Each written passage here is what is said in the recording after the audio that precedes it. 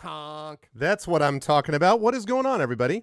Welcome Arvanauts, to a Tuesday stream. It is Tuesday, January 17th. Can you believe that we are midway through January? I'll tell you why. One reason I can't even believe that we're midway through January beyond the normal, like, wow, time goes fast. But it's also because where the hell's the snow? I mean, I was talking to, I think it was my dentist the other day, and they were just like, oh, this is great because that way you don't have to deal with snow ever. And I'm like, okay, listen, I understand that, I don't love shoveling out my walk any more than anyone else does. And yes, it can be disruptive. And I'm not saying that I would want to live in a place like Buffalo where you get like 1 billion, feet of snow per year. But we could have something in the middle. Like if I wanted to live in a place where, it's like 40 degrees during the winter, I'd go live in Seattle or something. Or I would go live in Florida if I never wanted to even see a flake of snow hit the ground. I'm in Connecticut, y'all. Like I feel bad for my kids. I'd like to be able to have a little snow here and there, but it's just been a complete dud. Couple of snow showers here and there and maybe a dusting like a month and a half ago, and that's it. So we'll see. Now watch. February is just going to be like 700 feet of snow. You watch. This is what I'm getting for myself. But anyway, so that's been one thing, is that it just feels like we just, stayed in early December, late November weather and we never left it.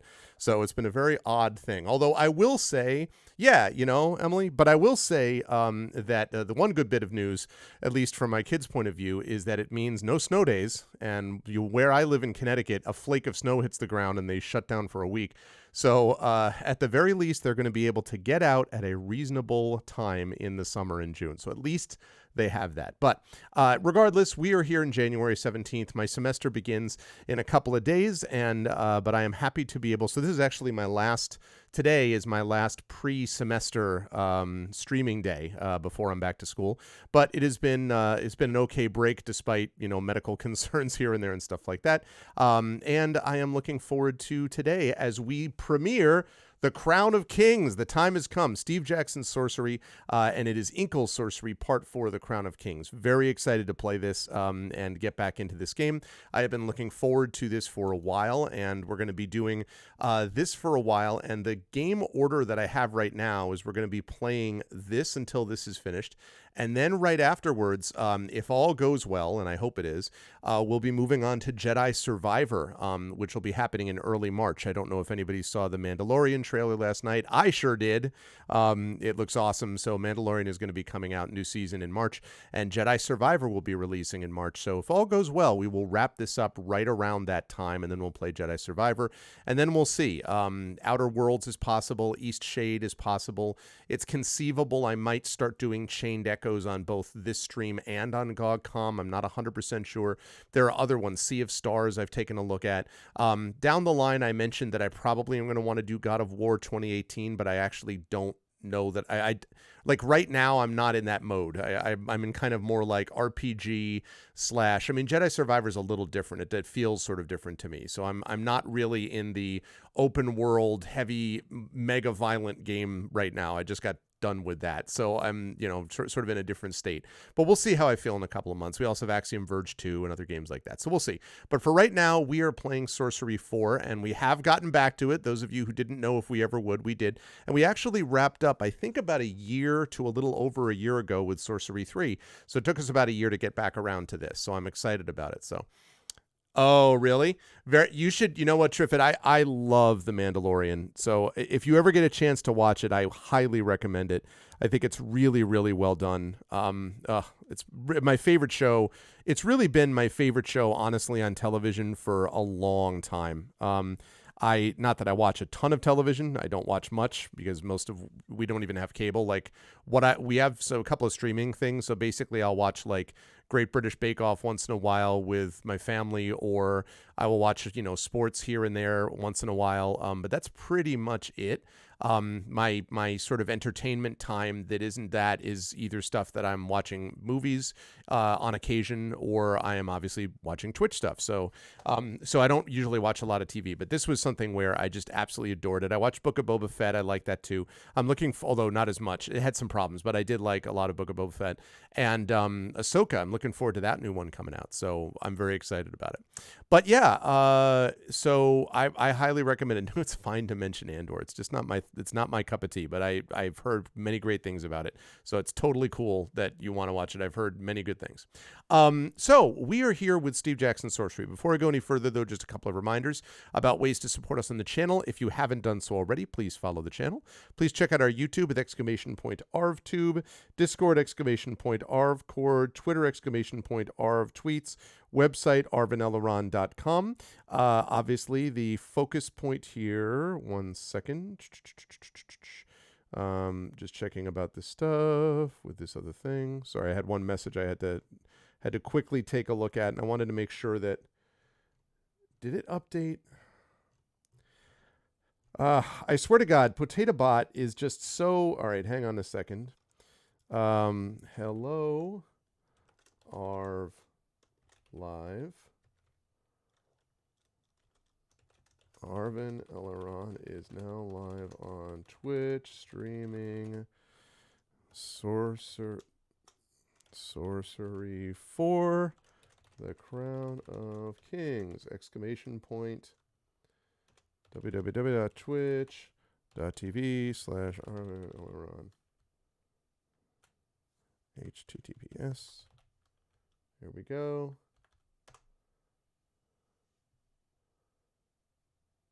Okay. Yeah, because it didn't get the because the thing did not go off on Discord, and when it does, people are like, "Wait, you were streaming?" So just like that.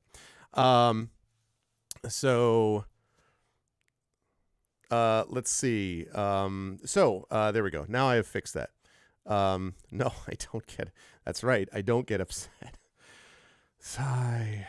When will people understand the difference between dislike and not for me? These are two very different things. Anyway, so Steve Jackson Sorcery coming up today. I mentioned the stuff about the website and ways to support us. Also financially, !Arv Shop, the merchandise area. !Arv Treon is the Patreon, where you can support the channel and also get some awesome things like inspirations to help our tabletop players and the like. Subbing to the channel is always appreciated as well. You can get those custom sub badges to use here, there, and everywhere across Twitch, and inspirations to help the player, so you can get that too. So we got all of that, and we have also got, let's see, as I'm looking through this, yes, the publishing stuff, Icarus for my amazing graphic novel, and I say it's amazing because it was produced by an amazing award-winning press, Athos Arts, so you can get that at Icarus. Library is Tales and Tomes from the Forbidden Library. That's my 5e adventure and sourcebook from Alligator Alley Entertainment, and Grayshade novel, which came out last year from the amazing Athos Arts. That link will get you to pre-order the game. You can also pre-order the book, I should say. Game is a Freudian slip because you can also pre-order the game, which will be coming out later this year, the tabletop game from Brandon O'Brien, and the audiobook coming from our own Trent Sparks that will also be coming out later this year. And of course, Renegade is the sequel that will be coming out later this year as well, and Heretic, which will be coming out next year in 2024. So you can get all of that stuff over at the Grayshade link. So there's all that. Then on top of that, we have, of course, as always, BLM, Black Lives Matter. Important to affirm and assert the significance and importance of Black lives. Help Now, the World Health Organization page on suicide prevention. Important to reach out to others when you need help and reach out to others when they need help as well. And Ukraine, as the Ukrainians continue to fight back against a terrible and illegitimate and devastating war. And this is our way to be able to step up and help them, even in a small way, and to show that we will do that in other circumstances as well. I really do. Once we get pre-order links and stuff like that, we'll adjust that Renegade command as well so people can have that too. Now, a couple of quick notes about scheduling. As I said, we've got Sorcery now at 4:15 p.m. Eastern today. I will be over on GogCom's Twitch channel, and I will be playing the Talisman Adventures game. So I'll be doing some more Talisman Adventures, sponsored by Pegasus Spiele, with the crew over there. So that's going to be a good time. And then we will be off Wednesday, Thursday. On Friday, this Friday, we've got more of this game, Sorcery for Crown of Kings. And then Saturday, we've got more Eberron for you as Season 3 continues, as the surprise has been revealed that Brandon O'Brien has now joined the crew. Very excited for that. I think it's going to really work well. So I'm excited about that. And then Sunday Sunday, we will have a recording of the conclusion of Girl by Moonlight, the Fractal Spire Girl by Moonlight with the Strange Friends for Speculate. That will be awesome. I'm looking forward to that. We'll be off Monday. And then next Tuesday, we have the Patreon-fueled Chat Chosen Game of the Month, and we're wrapping up that vote today. So now is the time to be able to do that. Oh, looks like this doesn't actually have... I don't know why this is. It looks like it doesn't have a link. That's interesting. I don't know why it's not a direct link, but anyway, if folks can go over now and do that vote, that would be good. We had all kinds of issues with this when we were dealing with Arvbot being down for a bit and stuff. Arcanusbot being down and stuff like that. So, but it's 3 games. I Love You, Colonel Sanders, Roundabout, and Barony. Right now, Roundabout has a 1-vote lead over I Love You, Colonel Sanders, and Barony. So very close vote. That could go any direction. So now is the time to get your vote in, because I'm going to be playing that next week. Because in 2 weeks, I am going to be switching up times for that Tuesday. I will be streaming over on GOG.com in 2 weeks at 1 p.m. Eastern. And I'm actually, just struck me, I need to remind everyone about GOG schedule change. I forgot about that. Thank you very much, Triffid. So yeah, I remember that I have to make sure that I switch that. So remind everyone about the GOG schedule change, because I have to do that in a couple of weeks, because I will be streaming over there in 2 weeks. I'll be streaming over there earlier. I'll probably be streaming over there from 1 to 4 p.m. Eastern. And then I will be over here on this channel later on Tuesday from 5 to 8 p.m. Eastern. Why the change, you say? I'm glad you asked, because in 2 weeks we will be premiering Shire Adventures on this channel. Shire Adventures, an all-new adventure set in the world of the brilliant Professor Tolkien of Middle-earth, and it will feature our same players. So we will have Tari Toons, we will have Brad, we will have Amal, and we will have Trendane. They will be playing 4 new characters, although some of the characters do have overlaps, but they will be playing 4 new characters in the Lord of the Rings role-playing 5e system from Free League. Very excited about this. Free League has sponsored us for this. We will have a new video, brand new video for that with new music and the whole 9 yards. We'll have a new thing there. And we will have, as you may have noticed, a lot of new art. A certain professional cartoonist friend of mine has been heavily invested in this and has been producing a lot of amazing stuff. So some of that stuff has been posted on the Discord. Other stuff is going to be going live. In fact, at 5 p.m., I have a tweet scheduled to go out, which is going to be during my GOG stream, which is going to talk about Shire Adventures. So that's going to be super exciting. I really am looking forward to it, in part because it's going to be a little more lighthearted. There's been a lot of intense stuff going on. There was the dealing with the dragon and the blight and the waste and all that stuff that we had in the Erebor adventures. We obviously have had Expedition has been pretty freaking intense and is going to get more intense. We've obviously had Eberron has gotten quite intense, and that's going to get more intense too. Anytime you have something called Dogs of War as a season title, that suggests that there's going to be a lot going on there. So, we always try to have a mix of moods on this channel regardless, but I am looking forward to something which is going to be unabashedly a little lighter in tone to begin with. Now, that doesn't mean it will stay there. There will certainly be moments of darkness, because there are always moments of darkness in Tolkien's work. But I'm excited to look at we're going on an adventure, and that's going to be really awesome. So I'm excited about that. Does her name rhyme with Barry Balloons? It might indeed rhyme with let's see, Harry Halloons. Ha! Harry Hoons. Actually, Hari Hoons. See that? I don't know. I don't have to just do B. I see what you're doing there. But yes, Tari Toons has been doing a lot of amazing work, so we're going to have that stuff going on. Blary Bloons. It's just an easy way to just sort of throw that in there. But anyway, yes. Now, of course, I'm never going to use B again. It's going to be all like Zari Zoons and all these things to change it. Anyway, but it's sort of like people who are like, that pig Latin of yours was very easy to decipher. I'm like, yes, it might have been part of the plan. Anyway, so that's what we've got going on. Very excited. It's usually BL. It is always with a BL. That's true. Mushroom Heist, Apple Dumpling Gangs. Yeah, it has, it's not quite that level, but it's in that ballpark where it's very much like, woo. Like, if you've seen some of the art Tari's produced, and if not, just, as I say, check my Twitter at 5 p.m. Eastern today in about 3.5 hours. Because, is that right? 4.5 hours, actually. Because you will see the art that she's produced is it feels very almost Scooby-Doo to me, and I mean that in the best possible way. Like that kind of like, oh man, especially the Trend's character in the background of this picture. It's pretty awesome. So gonna be exciting. But having said all that, we have some stuff to do today. So let me get rid of this and let me turn on that. Hi everyone, good to see you all. Whoa, what is this thing on my hat? Why do I have what is this? What is this piece of, hey, what are you? Why do I have a string on my hat? It's a string. Why do I have a string on my hat? There's no need for strings on hats. We will not have any of that. But hi, everybody. Good to see you all. I hope everyone is doing well. It is a little not bright in my channel in the room at the moment, but it's not that dark. Yeah, that's more like it. So welcome everybody. I hope everyone is doing well, and I hope you folks are looking forward to the session today. Yeah, I know. Remind me to clean my hat before I go live. That's what it reminded me of. But I'm wearing my Mandalorian shirt. Very excited, as I mentioned. So I got that going on. Perfect today. Hats are held together, threads are made of string. No strings attached.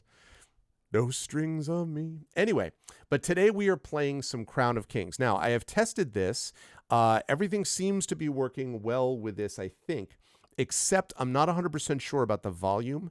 So I'm going to go over there. We're going to test the volume, but otherwise, everything seems to be working. And then we will start with this game. Now, for those of you who may or may not remember, some of you who have followed this channel for a long time may remember this, and if not, so this book is something that I actually did live on stream.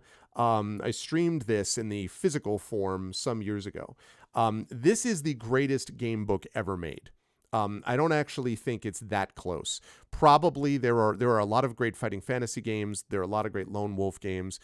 Tari and I have played through a number of these even on stream. Even the earlier sessions, a lot of people love Seven Serpents. I think it's great too. But this book redefined what a game book is. First of all, please note the thickness of the book. This has 800 entries. By contrast, the usual fighting fantasy game book entry had about 400. This had 800 entries. The art in this book was just so incredibly evocative. I don't know how to describe it, except I don't think this is a spoiler just to do this.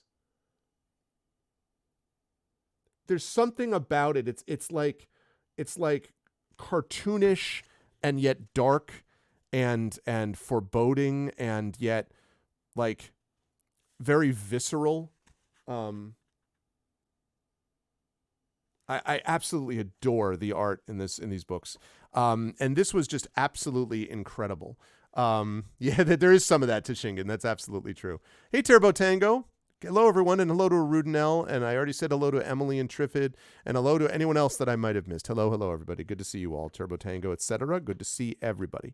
So I love this. And so this game book somehow was turned into, at least the previous three, have been turned into something that works in a way even better on computer. Shamatanti Hills by Inkle was great.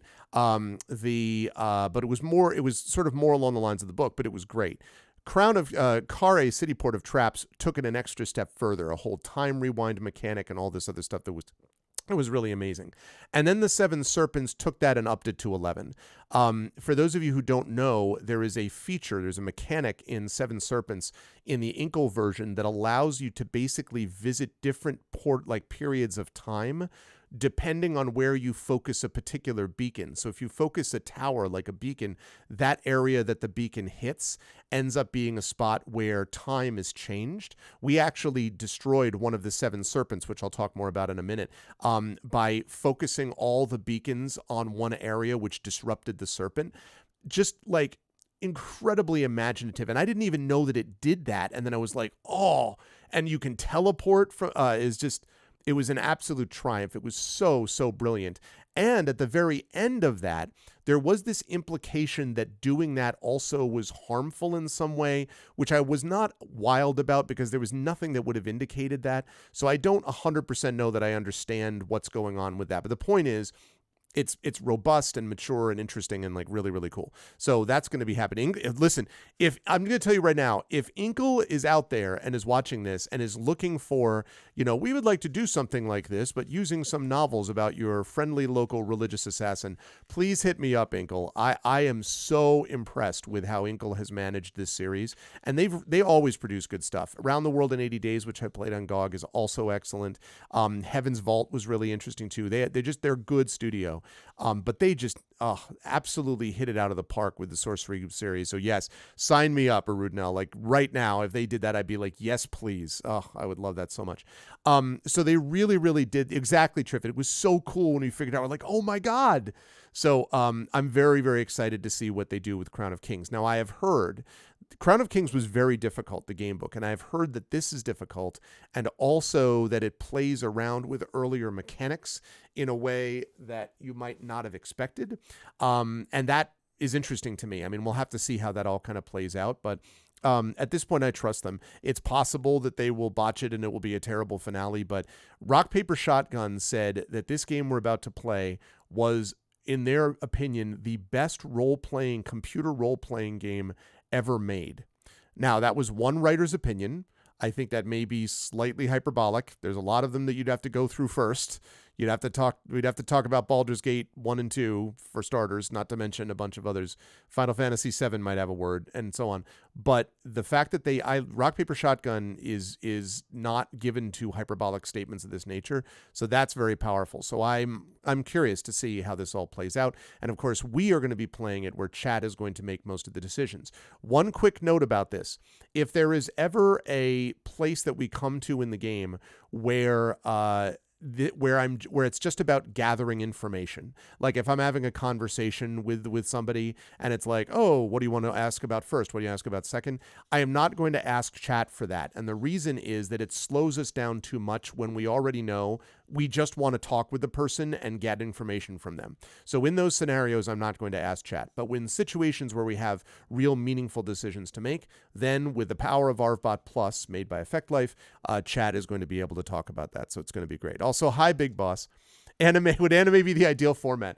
No, I don't think so. Either, yeah, sir, clearly it's Graystick. No, actually, Emily and I talked about this. As you all know, I am an unadulterated fan of Graystick. I love Graystick. I don't think Graystick's quite the right mood for what we're looking for in terms of actual Grayshade. That's what makes Graystick so good, is precisely that it's, gently poking fun at Grayshade, who, let us be clear, does not have much of a sense of humor. So I love Graystick. I don't know about that. But I will say that anything like this, like I would love to see Grayshade art in some way making it. It would be pretty cool. Hey, Effect Life. I'm trying to see if there's another picture here. This is another one. And I won't show anymore because I don't want to spoil anything, but like, it's just, I don't know how to describe it. It's so evocative somehow. And it's not like it's the most refined art, but it just really nails the emotional feel of that moment. I really love the art in this book. So this is great. Best game book of all time. And we're going to play what some have argued is one of the best role-playing games of all time. So we're going to see whether that's true or not. Let's do it, chat. Okay.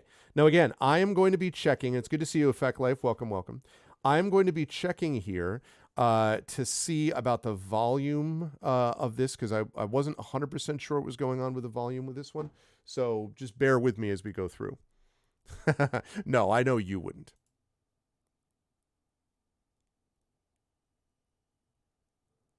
Okay, first of all, can I get some... Right, that's on.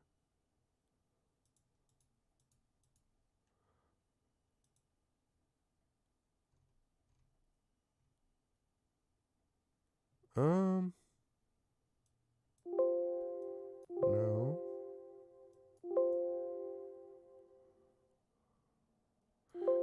Not sure. We'll see what happens when I get this up there. I'm not 100% sure what the deal is with this. I don't know. It's a little odd to me that I don't have sound yet, but we'll see. Okay. We are beginning with the same guy we had. Music. There we go. The crown of kings has been stolen by the Archmage. Wait. I think I was just starting to play that game fresh. We're not doing that. We are playing this game from the save game, and I'll tell you why.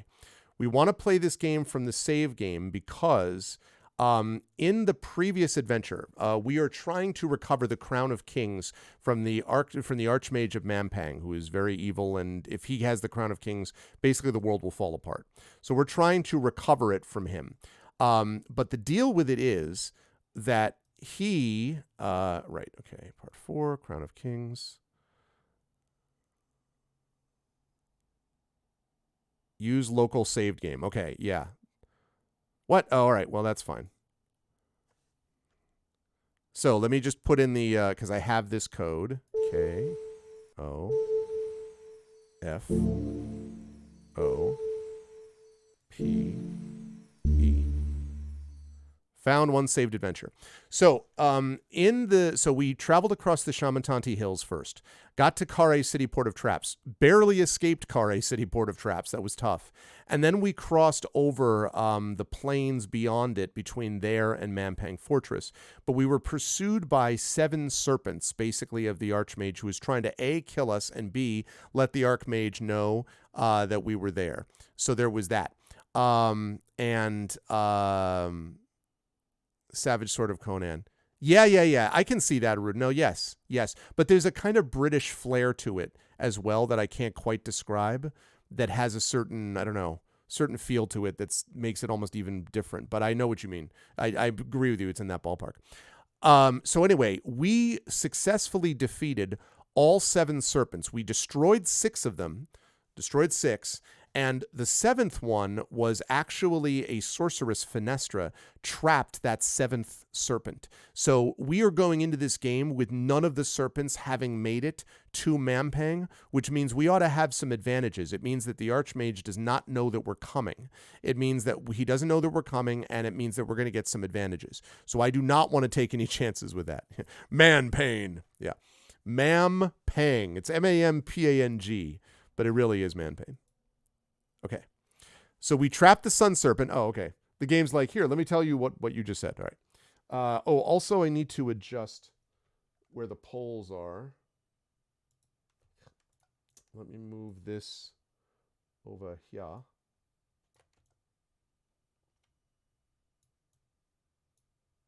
Okay. I may have to adjust that more. So we have 12 stamina. We have 4 gold. We still have 0 rations. Our animal is the fox. You trapped the sun serpent, defeated 6 of the 7 serpents, and we acquired our boy Flanker's sword.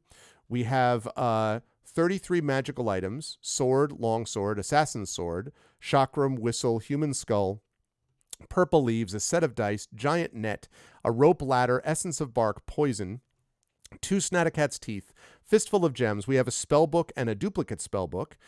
Some of this stuff, by the way, is stuff that's used for the spell. So pouch of sand, nose plugs. That's for one of the spells that we have. 7 pebbles, blimberry juice, bamboo flute, 3 giant's teeth, 2 Snaticat's teeth. Didn't we already have 2? So we have 4 Snaticat's teeth. Black face mask, green-haired wig, bracelet of bones, sun jewel, gold-backed mirror, orb of crystal, holy water, ring of green metal, jewel-studded medallion, gale horn, 4 handfuls of stone dust, 2 jewels of gold, snake belly key, Kare gate key, and a partridge in a pear tree. We have a lot of stuff. It feels very much to me like kind of the Dark Souls thing where you can have like 700 items, but apparently it doesn't weigh down your guy at all. We're not getting through airport security. Yeah, this is not traveling light. You know what I'm saying, Gregory? So anyway, so yes, we have 1 treasure.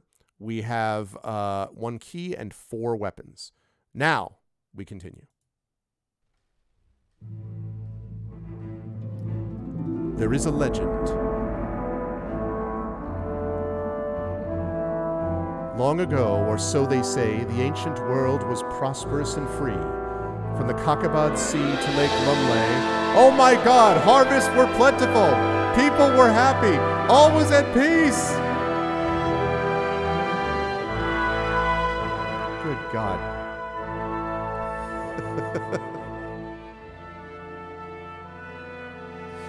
Sorry. Even the thundering skies were calm, tamed by the arts of the sorcerers of Mampang. Then everything changed. A fearsome sorcerer. All right, that should be better. My apologies.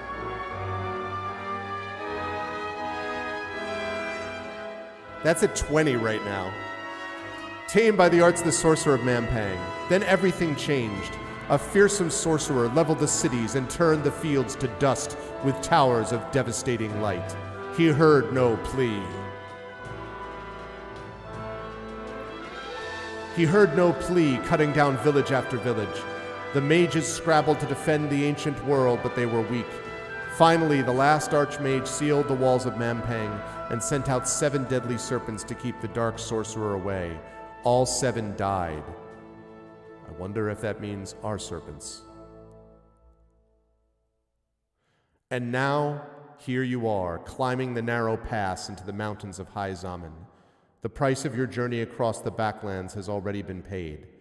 Now the Analand is coming to Mampang, and nothing will be allowed to stand in his path.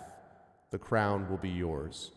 So you notice, by the way, chat, that this is different than the way that it's set up. This makes it seem as if we are the bad guys, that we have turned these fields to dust, that we destroyed everybody and whatever.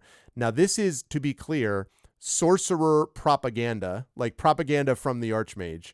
Like, oh, the Archmage sent out 7 serpents to defeat the... Yeah, no, not true. We are not the bad guy here. But it is interesting that this is how they started with this, because this is what the people in Mampang are hearing. So we're going to have to deal with that little bit of propaganda. Inkle presents. And again, the incredible art. Oh, the map. The map is so good. This is Mike Schley, I think. Steve Jackson's Sorcery.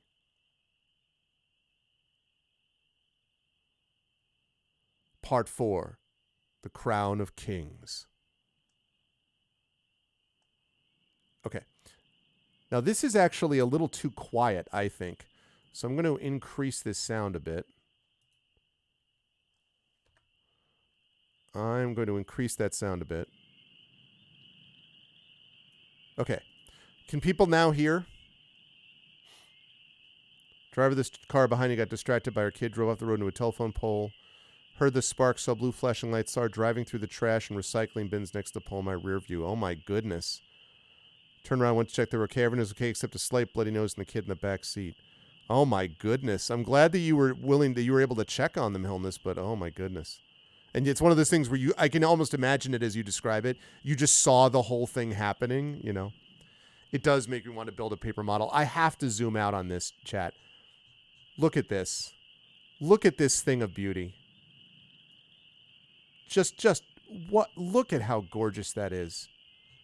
I love... Mike Schley is my favorite map maker working today. He does stuff for D&D as well. It's just so cool. The map of 7 Serpents was even more cool, and Kare was really great too. Oh, so great. Okay, so chat, can you hear the crickets chirping?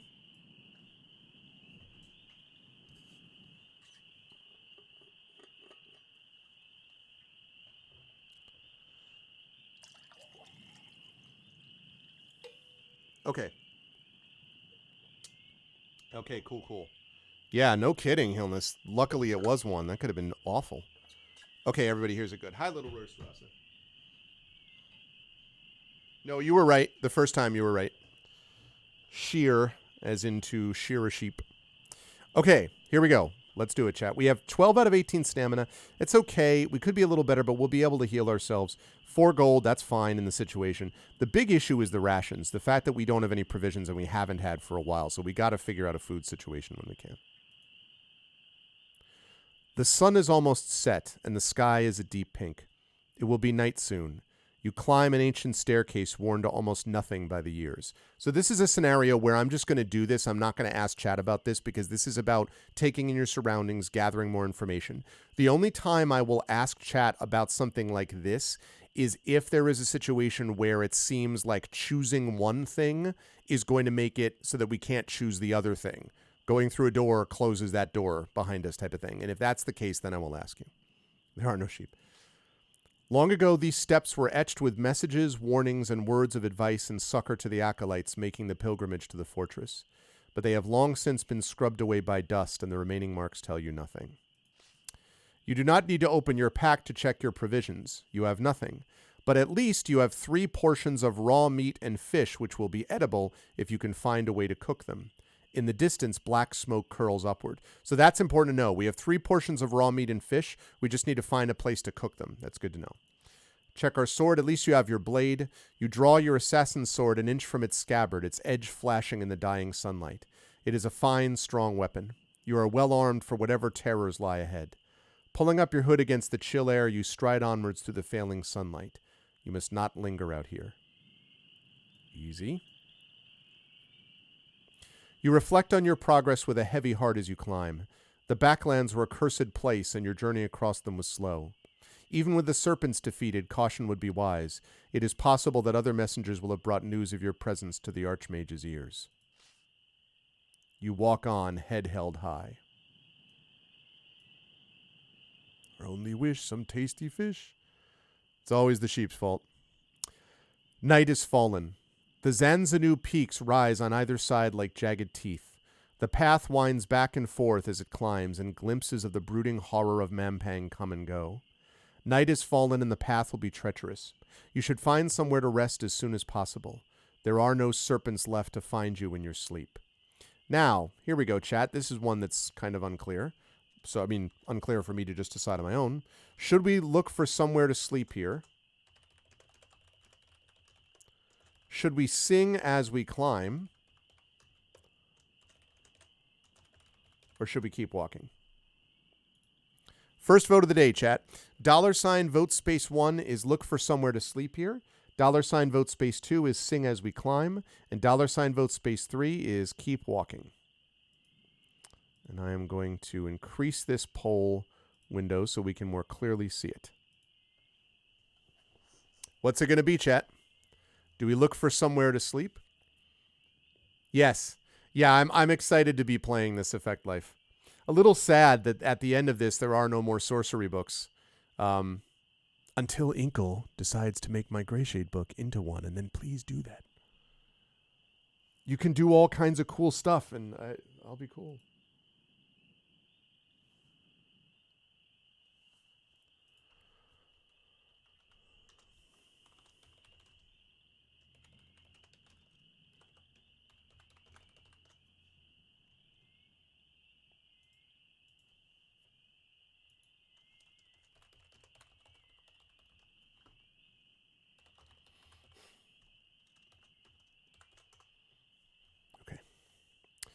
All right, so 3 people suggest we're going to look for somewhere to sleep here. 1 person says we should sing as we climb. I'm curious who that was.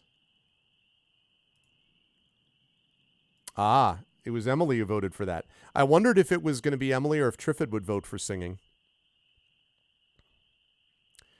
Right, Effect Life, right? Listen, you know what to do. If you're in America, write your congressman. No. Congress has more important things to do.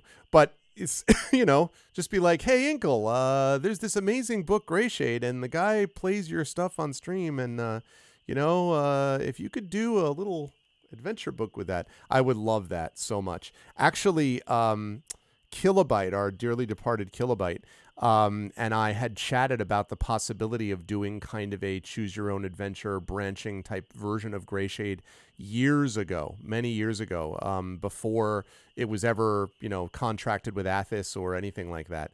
And we had chatted about the possibility of doing that. And then of course, sadly Kilobyte passed away, but, that's something we thought about, in that time. So yeah, you'll get many more people. No, that's true. That's probably true, actually. But yeah, I would love that. Oh man, I would love to have, I've said before, I've been lucky enough to have one of my books turned into a Neverwinter Nights 2 module, the third sign. But I would love to have, and I'm now getting the incredible honor of having, one of my novels turned into a tabletop role-playing game by Brandon O'Brien, and produced by the incomparable Alligator Alley, Entertainment. But I would love to be able to have, 2 things. Obviously, most authors would love to see their work turned into either film or television series, right? As long as it's a good television series or film, they would love to have that. So I would love that. But I would also love a game version, like an actual video game of one of these things would be amazing. Oh, that's right, Tashingen. Absolutely, that's right. I forgot you and Kill were friends. That's right. Of course. Kare and Crown. Oh, that's really? So you never had. Oh my goodness. Do you know where I got my first book actually of these? I got this book at the first book, the Shamatanti Hills, at Caldors, which some people who are old enough will remember Caldors in the United States. Caldors was like Kmart before Kmart became like Target or Walmart. Like basically, Caldor was like an early version, 2 versions previous of Target, basically, and that's where I got it. Where I got the first of these books. I don't know if I got Kare there. They actually sold the spell book separately, but I only got Shamatanti Hills at Caldor, and I don't remember if I got Kare there. Maybe, and then the later books I think I got in just a bookstore. So, yeah. Yeah, it's a very strange experience. I had another person, Sociocide, who sadly also passed away some years ago. He was not, but Sociocide, although he was in my channel here and there, was more in another person's channel more than mine. Whereas Kilobyte was definitely like one of ours, and that was a really tough time for everybody, including his immediate friends who knew him IRL, like Tashingen. That was rough. Okay, so I'm going to close this. It looks like we are looking for somewhere to sleep. Let's do it. You look aside for somewhere to curl up and sleep, but there is no shelter on the stony slopes. Okay, well, then that's going to be an issue. So then if that's the case, then I guess we have to change that around. Sing as we climb. Watch the skies. Or keep on walking, whoa with the changes.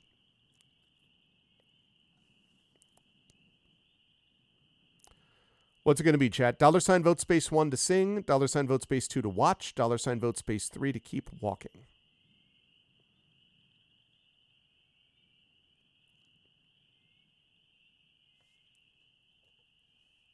You realize that if we end up choosing singing, what I'm going to have to do is I'll be coming up to Mampang when I come. Woohoo! I'll be coming up to Mampang when I... Anyone who hears that from us would be like, oh, that guy's not so bad. Why is everyone afraid that he was a problem? That's not an issue.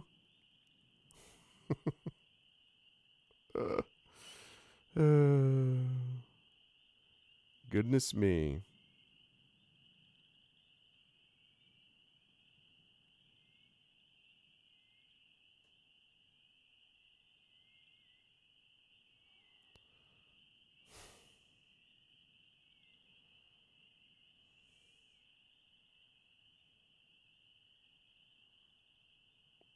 Okay.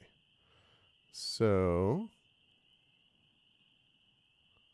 sorry, chat. Just addressing a couple of quick things. No problems. Update all. Yes, thank you. Okay. Change vote. No! You could do $ change vote. You're like, I've made a terrible mistake.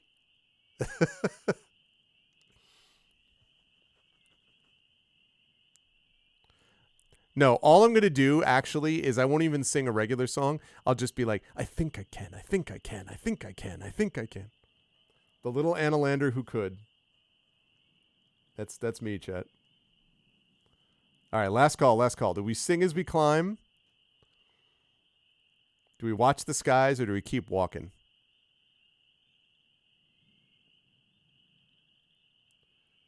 Yeah, exactly. 99 bottles on the stairs I fall. 98 bottles on the stairs. Take one down. One of them fall. 98 bottles on the stairs. It's really true. Why were all of those songs designed to pass time so crappy? Like there must have been. Why couldn't you come up with a good This is the song that never ends. It just goes on, my friends. There's something. Don't remember lyrics, but just because this is the song. And then, like, why are they all garbage? Why can't we have interesting ones? Why can't our songs to pass the time sound more like 07? Can I just say, by the way, I just heard for the first time 07 released an EP a year or two ago. And with I think it was with Lou Stone as the vocalist, and it was this song called After the Fall, and I was just listening to it and I'm like, I really, really love 07. Like Home, Spinning, I Have Seen, like Saltwater Sound. It just, oh God, I love 07.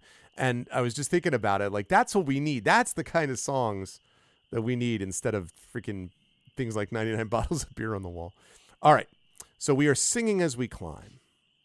You try to sing as you climb an old Analan song that tells of a wandering wizard and his 3 small children.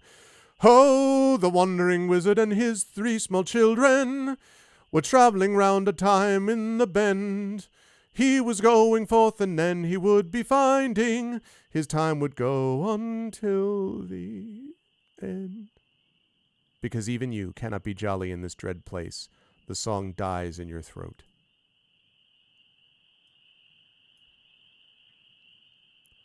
Rough undergrowth springs up, shadowing the path on either side. All right, let me look ahead first. Ahead, the stairs curve away out of sight. You can see nothing of what lies around the next corner. Okay, now we're going to talk about casting a spell. Now, most of the time, casting a spell ends up taking stamina from us. Now we have 12 out of 18, but it can also be valuable having said that. So let's talk about the different spells that are possibilities. So we could shelter in the undergrowth.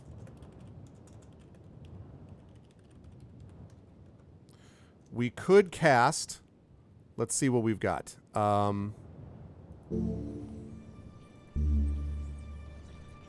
We could sharpen our sword, but that requires beeswax, which we may or may not have.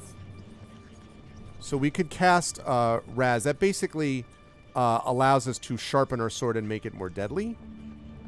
So we could do that. We could cast Dope, I think, is open. We could open locks or doors. That requires 1 stamina. I don't totally know. Sharpen swords. Open locks.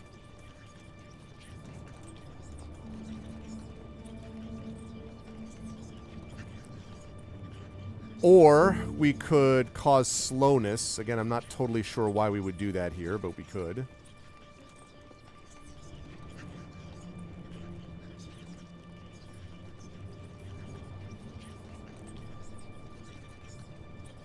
Okay, I'll do that in a second, Brahms. I don't know how long sharpening... Actually, wait. I have my spell book. If it's similar... Hold on a second. I'll find out. Raz...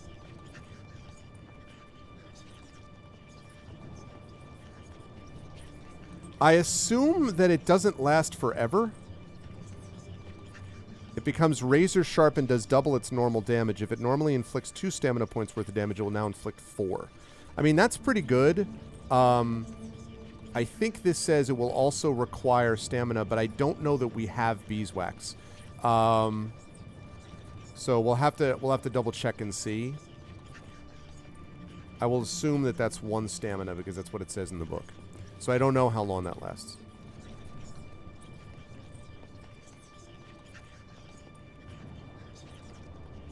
Ooh, is that your new fancy Steam Deck there, Brahms? Look at you with your new fancy Steam Deck. You got to give me a full report. A full report. Mostly, the only reason I have thought on and off about the possibility of a Steam Deck for one reason only, to see whether it could actually become like the final form of ARVBox. So I'm up to ARVBox 2.0, which is my laptop.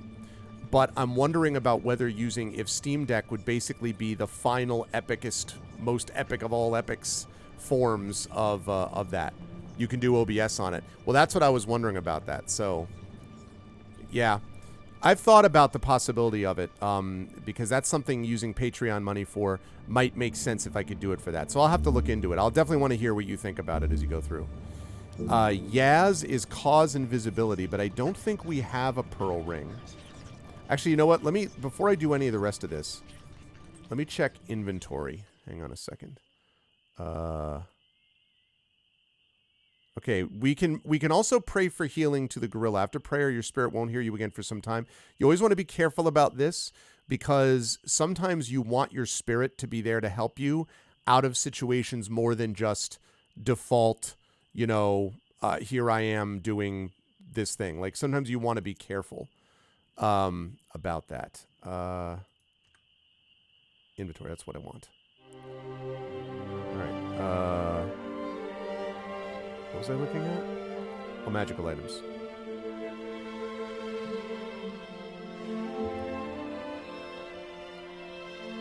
Okay, right. So we do not have... Right. So we do not have... So let me change this. We do not actually have... we can't cast Raz because we don't have beeswax. So we could cast Dop, which is open. I'm going to save this once this is done so we won't have to do this every time. We could cast Doze.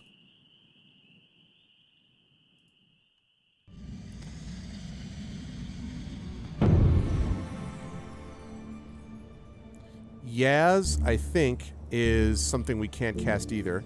Yeah, that requires a pearl ring, which we don't have. We could, however, talk with animals. That's Yap. Again, not 100% sure why we want that here, but I guess we could talk with animals. Talk to animals. I don't think that uses a stamina either, so that's nice. But I don't really know that there's any benefit to it, but maybe we could do it just in case. We have... Nope. Okay. Sus allows us to... Oh, two things about this.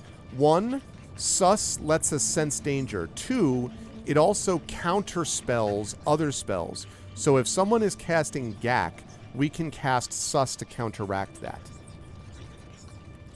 Cast Sus. That's sense danger. Stamina. So we could do Sus. Again, that would use a stamina. We could do Sun. That requires a Sun Jewel, but we have that. Does not take stamina. I don't know that we need it, but I guess we could do that. And it also counters Fog.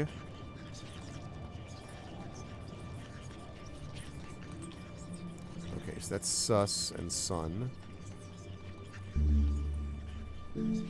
Sap causes depression. I don't entirely know that you can use that against enemies, but I don't know what the point of that is here, but I feel like we're already, for the way that they're describing it, we're pretty down as it is. Okay, so that's S, Y, R, D. I think that's all. I think that's all of the spells that we have. So here we go. I'm going to save this as... Let me save this under... Where's my documents at? Okay. Fighting Fantasy Gamebook save files. We're going to say Sorcery 4. Standard spell list. And when we get more spells later on, I'll add to that. But that way we don't have to put this in every time. That's true. There's never a final form. Oh, really? Your son has one who really likes it? Well, the thing is, I would probably be running... See, I wouldn't run... I would need a keyboard, so I can't do everything with it. But if I brought it with me, along with my laptop that I would have anyway, then that pretty much means that I could replace a bunch of my extra stuff. Like it means, so right now I have a, and this is stuff I've accumulated over the years. I have my graphic stock, my external graphic stock that I use with a Thunderbolt. I wouldn't need that here because here the deck would basically do all of the work and I would just be capturing it directly into the laptop. So I wouldn't need that. I would not need an extra mouse, like that's kept separately. So a lot of the extra stuff that I basically kind of haul around, really I've reduced it to, now it is an extra monitor that I have, a little portable monitor, the laptop itself, and then a bag, not a very big bag, that has all of the other material in it. So I've reduced it a lot from the days when I used to carry around a small suitcase, literally rolled a suitcase that had ARVBox behind me. Now it's just down to the laptop and this extra monitor in this bag and the graphics dock. But if I get rid of the graphics dock and I get rid of most of the bag, so it's just laptop, Steam Deck, and the extra monitor, that would be pretty good. So, okay, yeah, that's good to know, actually, Emily, that Gwen has one. I'd be interested to hear his report. But yeah, it's a good point about that. No, it's never the final form. Okay, or do we keep climbing? So our choices are, chat, we can shelter in the undergrowth, we can cast one of these 6 spells, or we can keep climbing. So shelter in the undergrowth, cast dope, which is open locks, that costs us 1 stamina point. Cast, I don't know what we're opening locks on, but cast doze, that causes slowness and costs 1 stamina. Again, I don't know what we're doing there either. Cast yap, talk to animals. That doesn't cost us a stamina. I guess maybe we could find an animal to talk to and maybe they could show us where like there's a safe place to sleep. That could be. Cast sus is sense danger, 1 stamina. That costs us a stamina, but obviously sensing danger could be useful, so I can see that. Cast sun, cast light. I'm not sure why we need to cast light here, but we could do that. It doesn't cost us a stamina. Cast sap, cause depression, use a stamina. I don't know what the point of that is. And then keep climbing. To me, the only ones that look obviously potentially useful here are shelter in the undergrowth, cast yap, cast sus, and keep climbing. Those are the ones that seem the most obvious to me. So.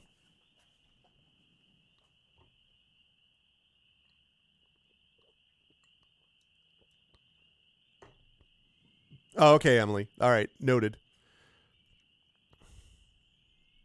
They open sourced the design. I actually didn't know that, Arudno. Did they really?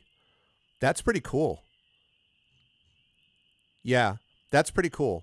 Part of the problem was, Brahms, how long did it take you to get one? Because isn't there still like a year waiting list or something ridiculous on this? Again, it's the kind of thing that if I saw it normally, I'd be like, well, I don't need that because I already have a really good laptop that I can play stuff on. But if it allows me to stream and basically means that I can offload all of the work of it away from my laptop and I can do it all on the Steam Deck, that would be pretty useful. So,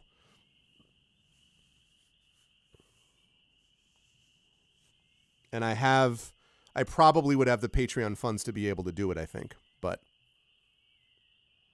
although I'm glad that we got sponsored because we're going to have additional podcast costs coming up for the Shire Adventures and things like that. You can download the files to 3D print parts. Wow, that's pretty slick. Yeah, the 3D printer thing, we have a number of them at St. John's, and I actually walk by them. They're on the 2nd floor of the building where I teach all my classes, and so I always walk by. And they have this huge tech lab there. They have like a Big East actual like esports team and the whole bit. But they've got a bunch of those 3D printers, and they make some really cool stuff. But I always look at them like, man, that resin and stuff, and figuring out how to reload that and getting, I don't know. That would be a whole other ball of wax. This printer that I got, which I'm pretty happy with, has just now finally run out of like the starter toner. But the thing is that it says like it's reached the end of its useful life, but then the colors seem just as bright as and like crisp as the last time. It's a laser printer, so it's not like I have to worry about it, like breaking anything. It doesn't do it that way. So I have ordered these toner cartridges, and the toner cartridges after the starter ones last much, much longer. So I've ordered the toner cartridges, and they're ready to be installed, but I'm not going to install them until literally it looks like the quality is degrading, and I need to install the new toner cartridges. And that was with this Canon. This was not a cheap printer, but I've been very, very happy with it. Like a laser printer where I don't have to, be constantly replacing toner every 3 seconds. And the crispness of the text and everything is really good. It's really a big enough printer to be for like a small office, honestly.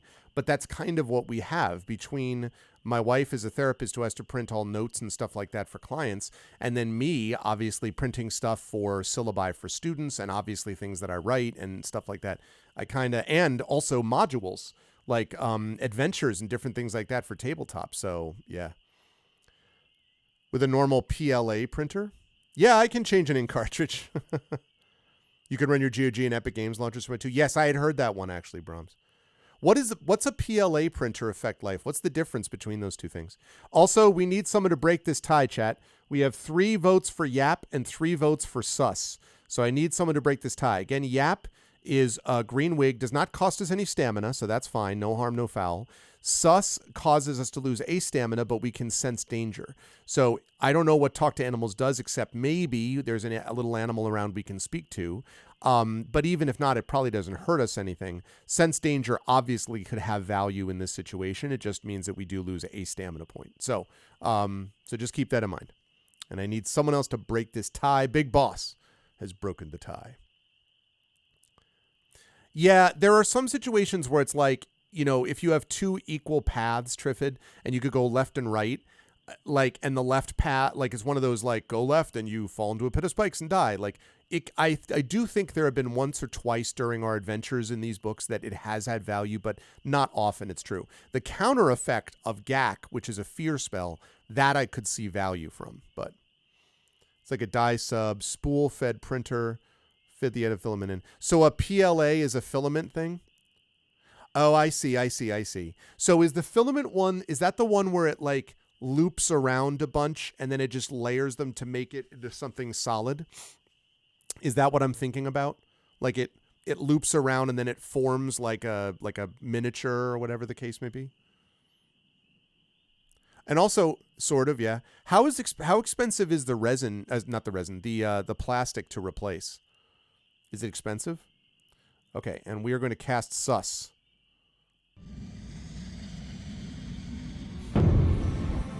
By the will of chat. S. U. S. Cast. You cast the spell, and a familiar, calm voice begins to speak to you. There is little danger here, the voice informs you, except a nesting spikehawk in the bushes. But up ahead there is somewhat more danger. With that, the voice fades. Now that's interesting, chat, because what that means is, see, it says a nesting spikehawk. So then that suggests to me that we're going to get into a fight if we go into the bushes. However, it says that there's more danger up ahead. So that almost tells me we should probably deal with the spikehawk before we deal with we should deal with the spikehawk and like get rest here before we deal with the greater danger ahead. So it's a 2-choice vote here. $ vote space 1 means we will shelter in the undergrowth and we'll deal with this spikehawk. $ vote space 2 means we keep climbing. Hey, this is my mouth. Yeah, exactly, Big Boss. If you get one with good software, the Elegoo ones, PLA is a type of filament. Okay, interesting.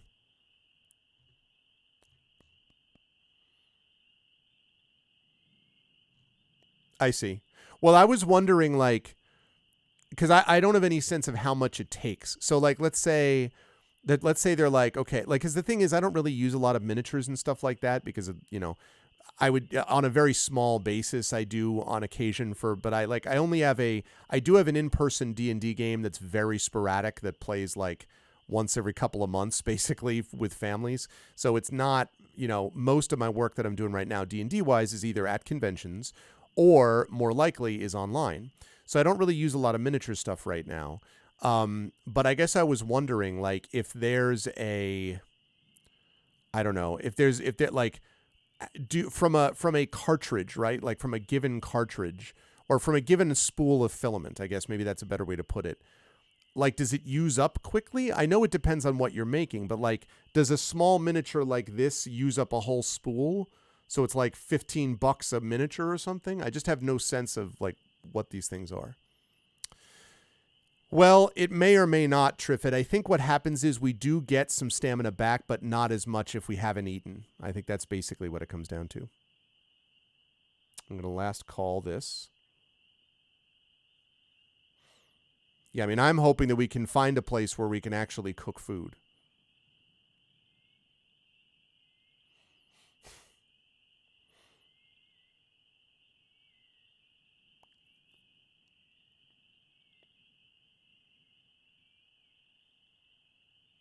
Yeah, interesting. Interesting. I mean, I've seen some amazing stuff be made from it, but I almost feel like for me, I'm like, that's really cool once it's already made. So 3D printers require, yeah, that's fine. I mean, what I would probably have to do on this desk is this 3D printer would probably go behind my left monitor, next to the PlayStation 5, but behind it, so that there's plenty of space there. Yeah. Although, it's funny. My once proud, I have so much space on my desk. I now have, because I've got tape cassette player, VHS, I've got the router, I've got my phone, then I've got my right monitor. I have my switchers from one computer to the other here. I've got my mixer where I can reach it, my light panel here, monitor in front of me, camera behind it, Stream Deck in front of me, keyboard. My Wii U is underneath the monitor. Retron 5 is underneath my higher desk. Intellivision's on top of the desk, and I've got speakers on left and right. Phone with my phone stand is here. Left monitor, left panel, PlayStation 5, printer. So I still have a little room, but it's definitely not the proud, I've got so much room, because, this is the thing. In the old place, I had to store all this stuff and then pull it out every time I wanted to use it. Now it's just right there. So all I have to do is switch a wire in the back of my computer and I'm good to go. So. What's up, Tari? Yes, I am bragging about my office. That is correct. I have lived in closets for my office my entire life. My home offices have always been closets, basically, like almost literally so. In fact, I even streamed from a closet, as you all know, a couple of years ago, until now. So you're damn right I'm bragging about this office. I earned it. I am very, very pleased with this office. I love it. And I now have everything up where I want it, basically. So I'm very happy with this office. I feel very fortunate. Yeah, it's not even a humble brag. No, I know. You've talked about it. My closet, though, was even smaller than your closet at the time. It was like whatever it looked like on stream, it was smaller. It was tiny. Tiny, tiny, tiny. And there used to be a bedroom in there before we bought that old house, which I don't know how they fit even a bed. It was very small. Okay. So it looks like chat has decided they wish to shelter in the undergrowth. Okay. There is no guarantee of a better spot further up, so you step off the path to shelter among the shrubs. There's a wet crunch beneath you as you lie down. Looking down, you find you have crushed several eggs. A moment later, an angry mother spikehawk rears up from the thicket. She screams with rage as she tears at your side. All right, well, crawling through the thicket. All right, let's see. Obviously defending. Yep. The spikehawk sloops in low, talons outstretched, and you drop into a defensive crouch, covering your head.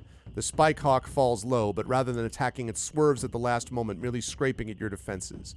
The spikehawk issues a bloody call and spreads its talons wide. Charge! Yeah. You wait for the spikehawk's wide wings to open. Then your blade sings as it parts the air, overpowering its beating wings and tearing claws. Feathers drift down into the stones. I defended. You drop into a crouch as the spikehawk screams through the air.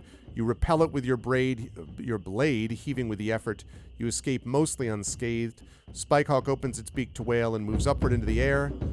And we defeated it. An opening appears. You bring your blade in heavily. The spikehawk tumbles as it tries to lift itself away, but it cannot move its wings. It collapses to the grass, and the light in its eyes goes dark. 2 stamina lost, decent dueling. The night air falls quiet. The bird's broken body does not twitch. And so we sleep. Now, you lie back down, turning the trampled nest over to use it as a pillow. It will suffice. You have not yet eaten today, but you have no provisions, only a single vial of blimberry juice. Although the purple leaves you took from the herbalist may be edible. So here's the situation that we're looking at. What's going on, Miranda? I just stepped on your entire family. Well, that's fair enough, Tara. Yeah, but this was a small closet, though.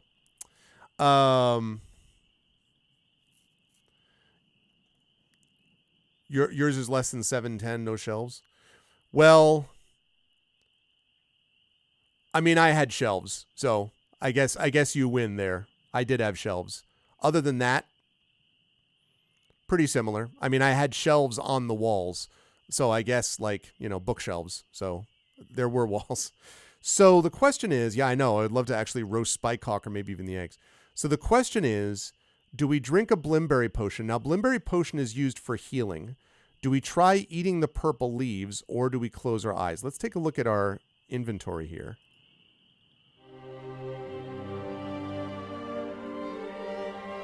Still have raw meat and raw fish. Blimberry juice.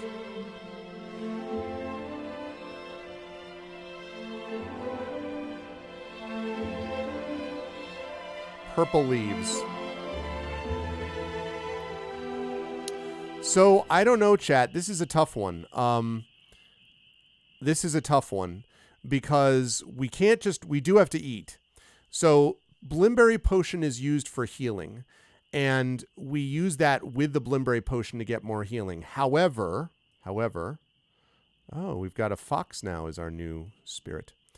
The problem that we have is with 8 out of 18 stamina, we do need to get healed. So I don't know. The question is, do we eat the purple leaves and then... So we have a couple of options. Let me put this up on the poll. So we could drink a Blimberry potion, which does count, which will heal us and does count for food. So it would do two things there. So that's one. We could try eating the purple leaves, although we don't know if those are edible or not, but we could. We could pray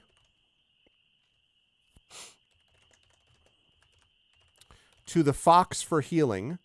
The problem with that is that once we do that, the fox will not respond to us again for a while. So then we're taking that out of the equation in case we get into real trouble later. Or we could close our eyes. Everything is edible once. Okay, sounds good, Effect Life. Yeah, I don't know. I only remember that we got it from an herbalist, but I don't remember anything about it. So the Blimberry potion may be the safest option. We could pray to the fox for healing. I mean, we do need to be healed and we do need whatever. But the fox for healing thing also does not get us food. So there's that too. So we could do that. We could take a risk on the purple leaves. I don't know. Or we could just be like, the hell with it. Let's dream of food if we can't get it any other way, as Bomber says in The Hobbit. We could do that.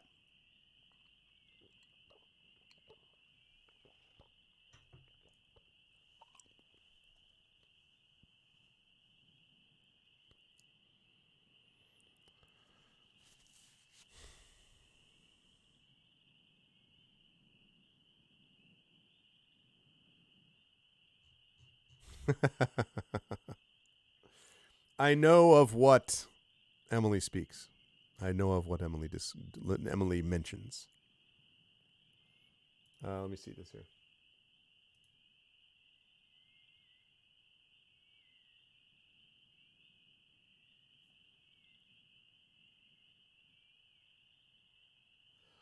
Oh, is that like a frame Effect Life for like the character card? That's super cool. So that's an example of a 3D printing thing, I guess. I know a company, actually, the Critical Crafting, that Dylan only works with, that Triffid and Paul and Sean Duke have played, Prince Justin and Sean Duke have played in as part of our D&D, couple of D&D sessions that we did, one for Christmas and one for holiday, Halloween type stuff. That company that they're associated with basically makes 3D things that people 3D print. They make models for that. But I didn't know a whole lot about it.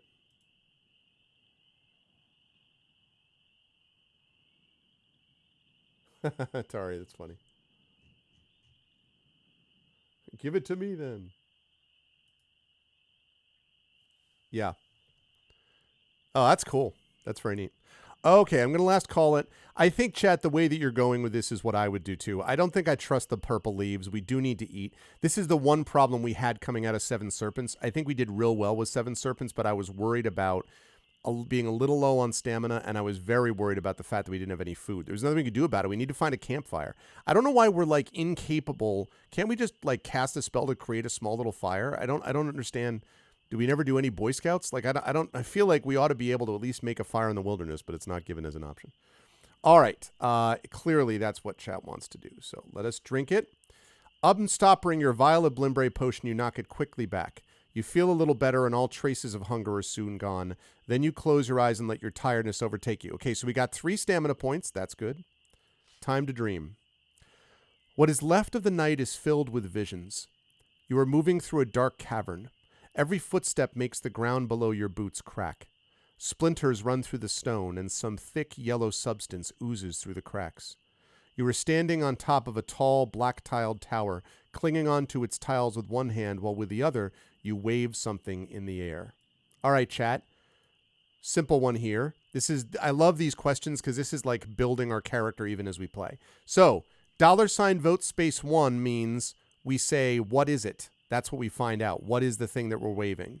And $vote space 2 asks the question, where am I?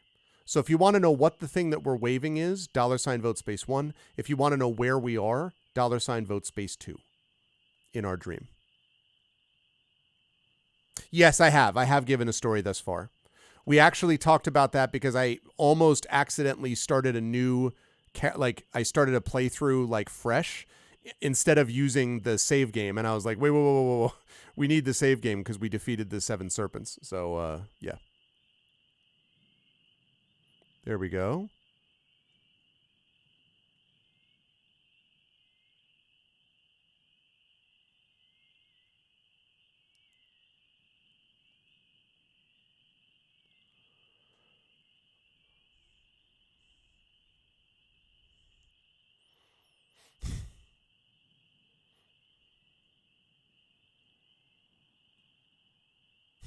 That's funny.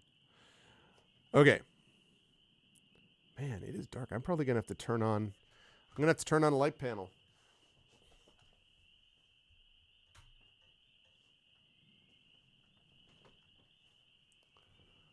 Maybe a little much.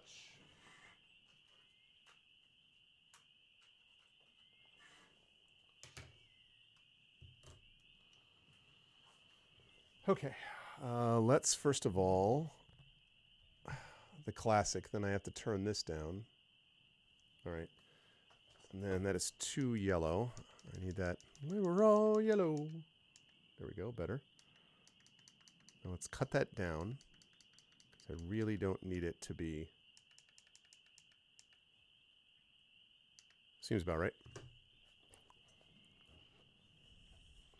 Yeah, so far I only see... Oh, I guess it doesn't actually tell you who voted for just the quick votes. It does that for this, but it doesn't, which is fine. It doesn't need to do that. Now I think these votes are in. So we have 3 votes for what is it and 2 votes for where am I. 3 votes for what, 2 votes for where. What is it? Where am I?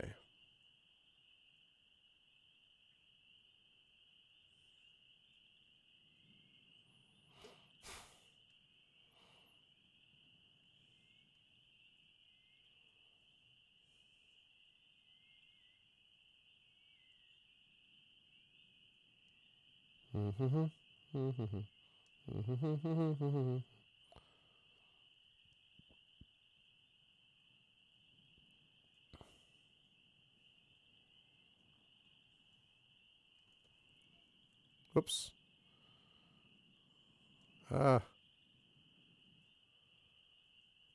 Accidentally fat fingered it and double clicked on something I shouldn't. Okay. There we go. 3-3. Well, everyone's doing a great job here. Last call. We need someone to break this. To break this tie.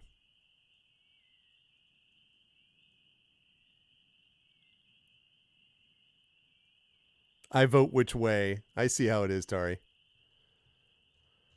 Oh, well, I'm glad you have been validated. I'm glad that a few folks have have beta read, and I'm glad that you have been. I am honored that you've been validated with such great, notable opinions as not only your own amazing award-winning self, but that someone like Big Boss is also validated. It is good to see. Good to hear.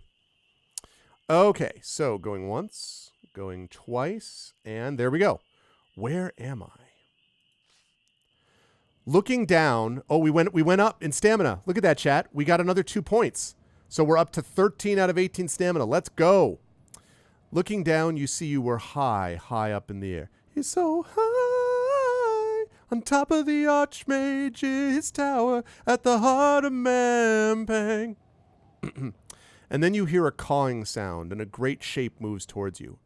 A birdman? No, a gold crest eagle shimmering into view. The Sightmasters have seen you. They're taking you home. Now I'm thinking about Salisbury Hill. Oh, wow, Big Boss. Thank you. That's a great honor. It's a great honor to hear people say that about my work. I'm glad that you enjoyed it that much. Thank you. Thank you. Thank you.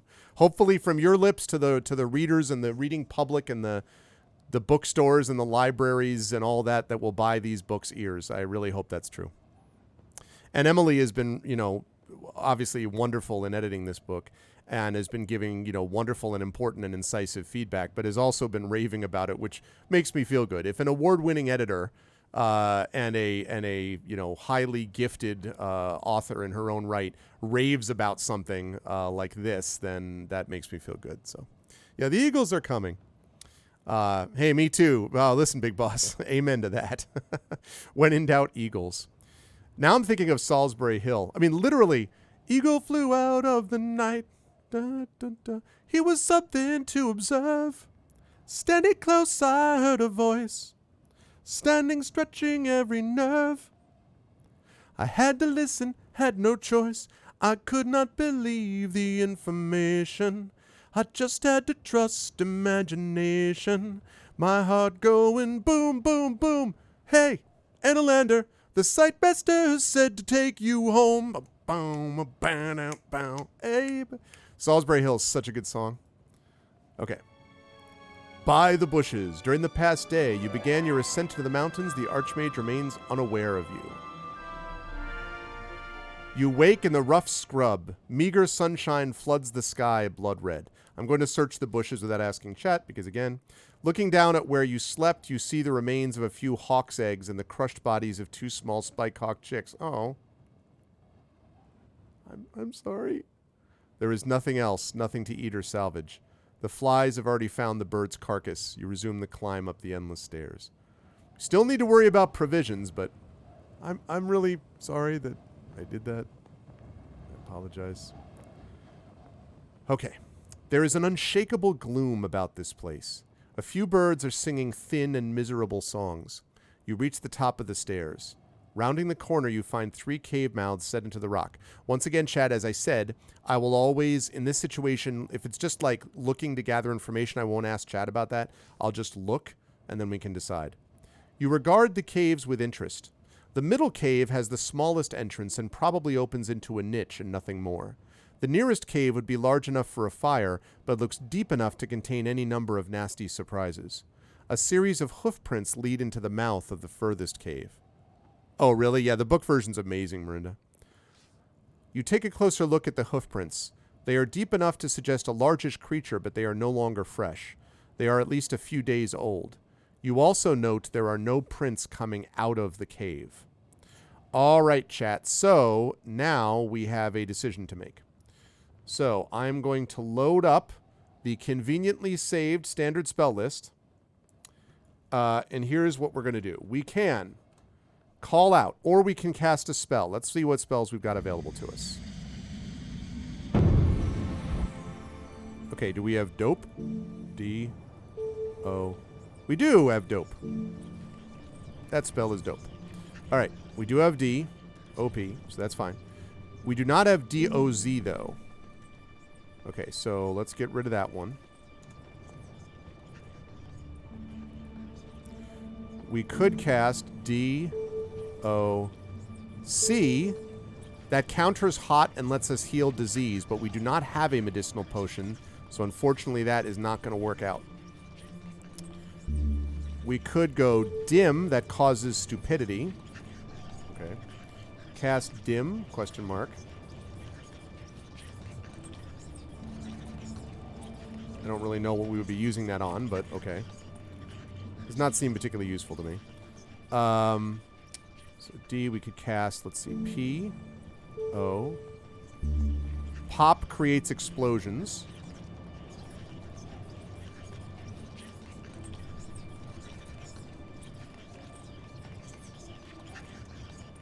That's 1 stamina. We do have pebbles. He uses up that pebbles as well. Pep. We can't do that. It causes us to have strength, but we don't have fire water, so we can't cast that. We could cast otherwise. I bet this is hot, isn't it? Oh, 2. How. Safe passage. I could see that being useful. Let's see. Cast how.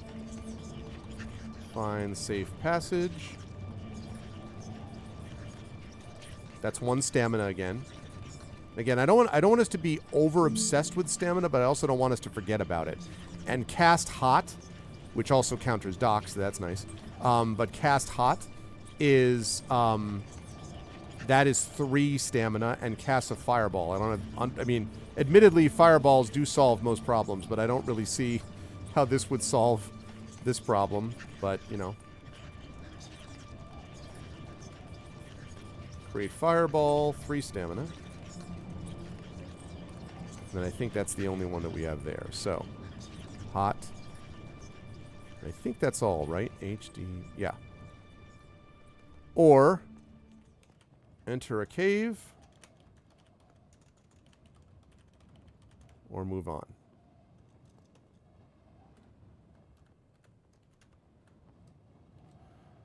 All right, chat. So, $ vote space 1, we call out. $ vote space 2, we cast dup, which is open locks. I don't think we need any to open locks on the cave, but we could.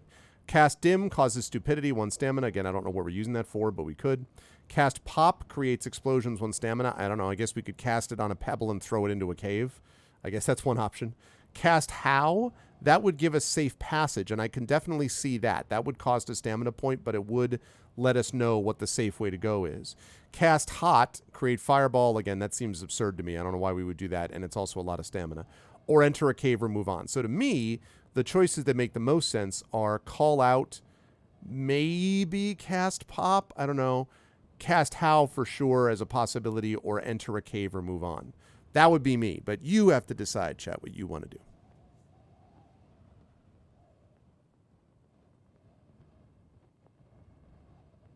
There is danger a hoof.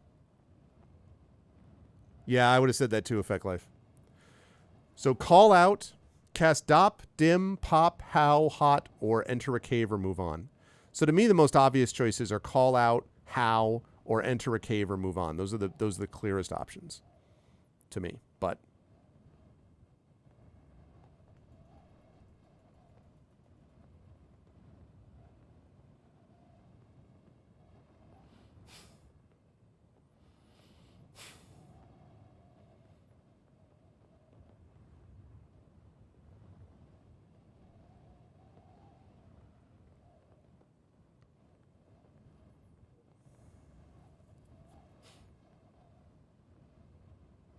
and I remember very well the cave situation initially. Hi, Ernth. Welcome, welcome.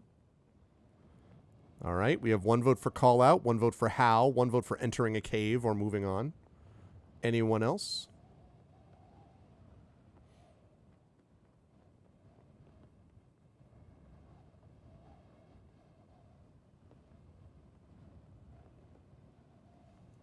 And we have 1 for cast pop. We'll be eaten by a grue. Yeah, we are liable to be eaten by a grue. That's true.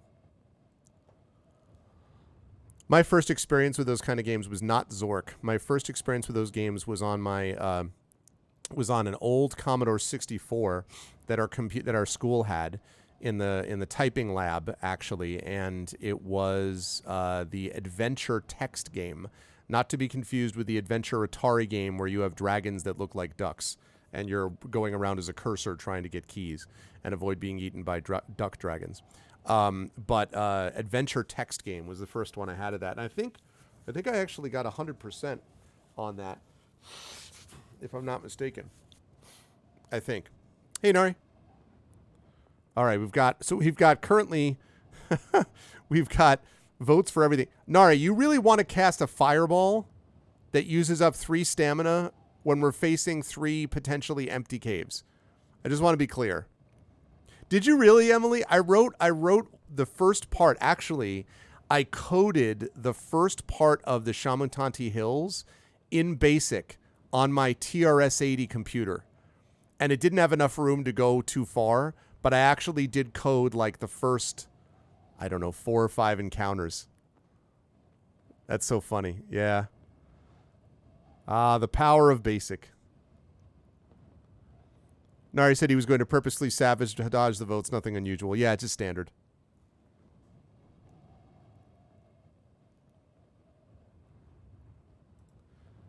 Was that a story? It wasn't true?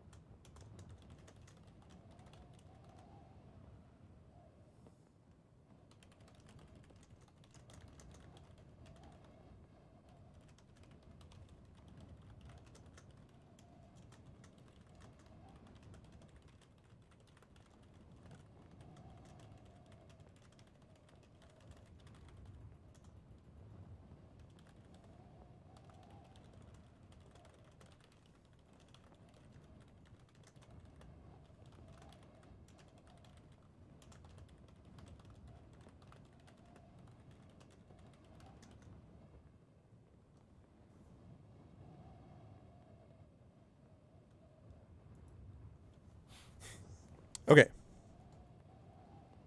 Oh, all my stories are that one, including that one. You. All right, chat. Someone is going to have to save you from yourselves because I don't think we can afford the stamina, nor do I think we want to blow up a cave for no reason. We're also tied. So if someone wants to change vote to something. No, I didn't fall asleep. I saw it. I was answering someone else about something. I was talking about trolls. I was like, so here's the thing about trolls that want to cast fireballs. Yeah, but it's so according to type, though. It's like, oh, check me out. I play in a badass metal band, and you know what I do? I like to cast fireballs in choose-your-own-adventure games.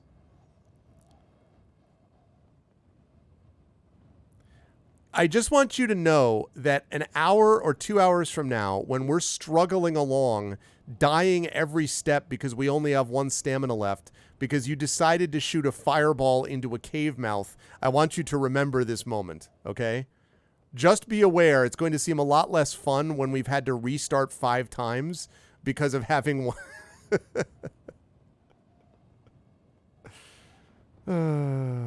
We just got stamina back. What was the point of getting stamina back? We're like, yay! Why?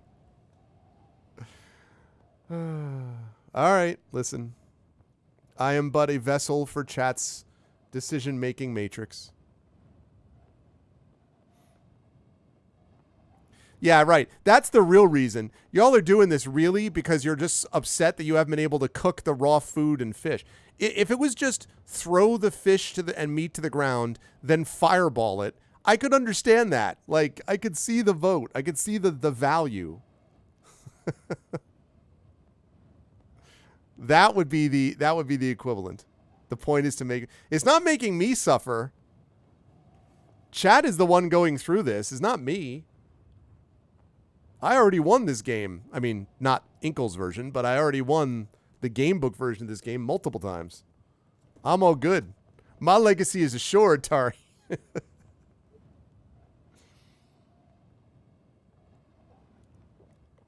All right, we do need someone to break the tie, though. So let us do so. All right, going once. Going twice. All right, fireball. Cast a spell.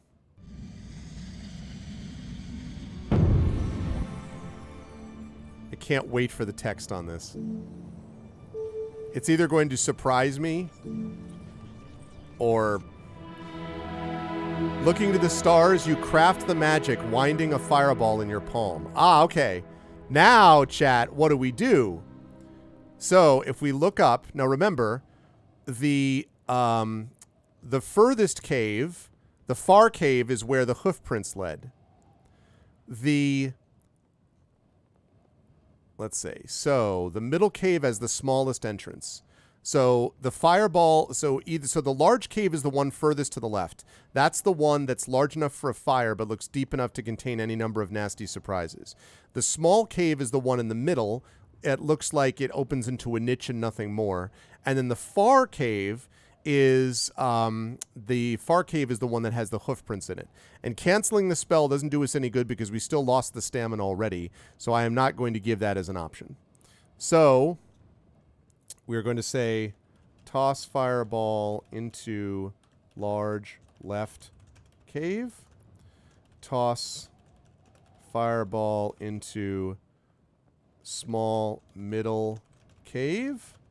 Toss fireball into far right cave. And the far, I'm going to open that up. And the spell and the far right cave is the one that has the hoof prints in it.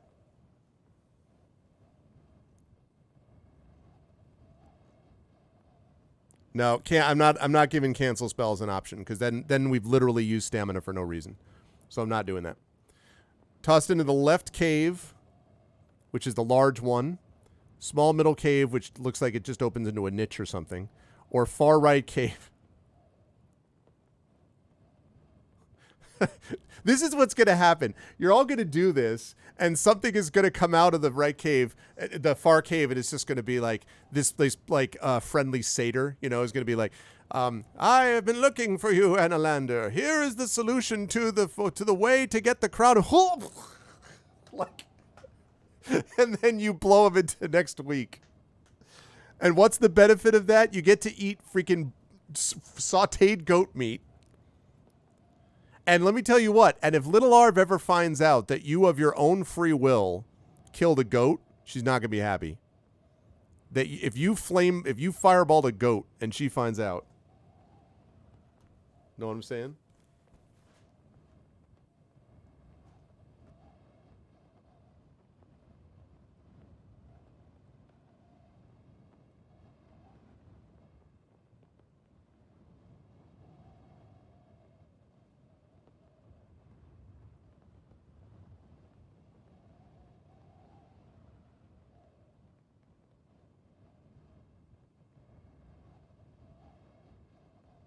The chat in its infinite wisdom decided that outside 3 caves, it would fire a fireball into one of the caves, because that clearly is what you do when confronted with this.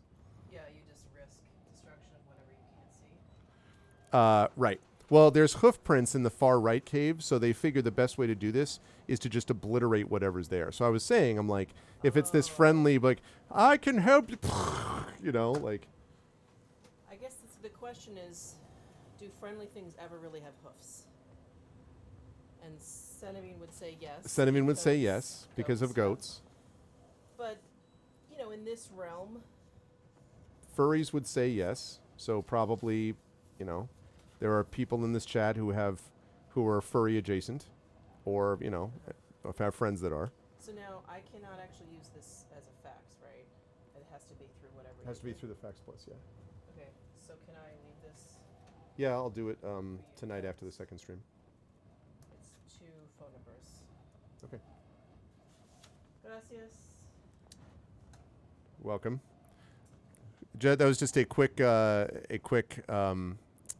cameo appearance by my wife, everyone, my lovely wife. It could be a Minotaur and we save the world, or at least our own butts. All right, toss the fireball into the far right cave. Last call, or the large left cave.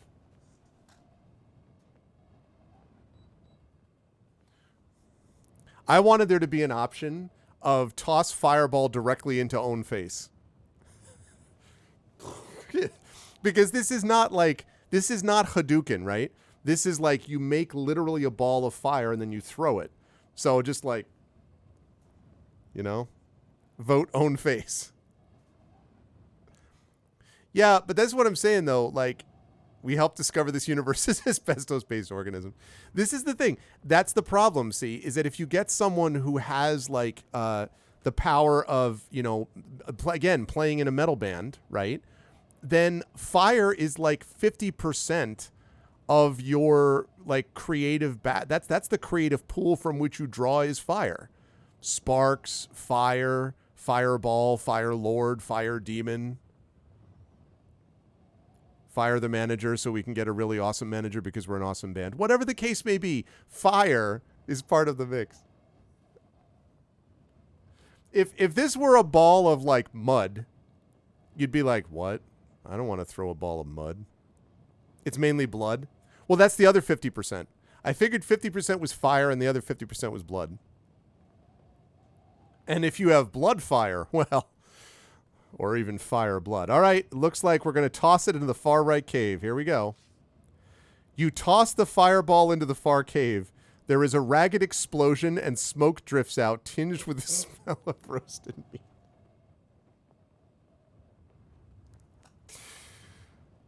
Oh, man. I'm sure that won't have consequences later. Fireball jump. All right, so... Can cast a spell or enter a cave.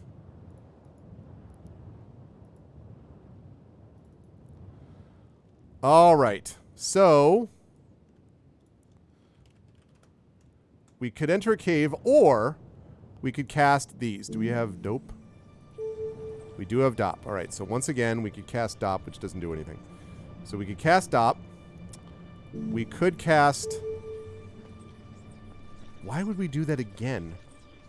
I'm not even going to give chat the permission to this because then that's literally killing us. So, whoop, I didn't want to do that. Sorry.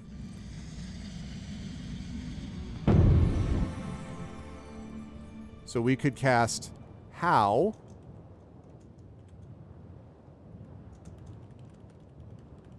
Path forward, and I think that's 1 stamina. No, I'm not having us use up another 3 stamina. That's a waste of streaming time. Path forward, 1 stamina. So we could do How. We could do Dop again, which doesn't do anything. We could cast... Pep we can't do because it's fire water. We could still do Pop, I think. Yeah. We could cast Pop.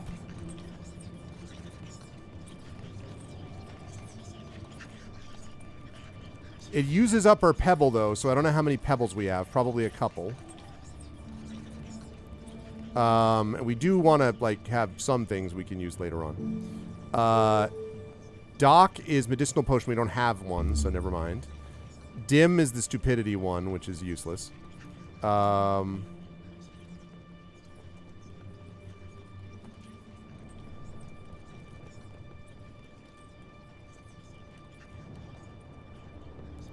think it's actually cause.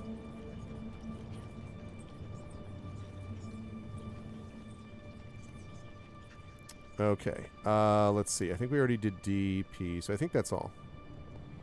All right. So we don't have, and still doesn't give us sus as an option, or sun, or sap. So we have how, dope, pop, dim, or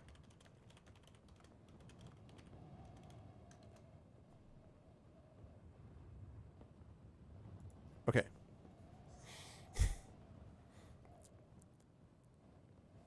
Yeah, I know, right? So we have cast how. That gives us a sense of like which path to choose. Path forward, that uses up a stamina. That's 1. Dope opens locks. That doesn't do anything. That's 2. Pop creates explosions. That uses up our pebble. We already kind of blew something up, I think, so that's kind of unnecessary. But anyway, that's 3. Dim causes stupidity. That doesn't do anything. 4, or we enter a cave or move on.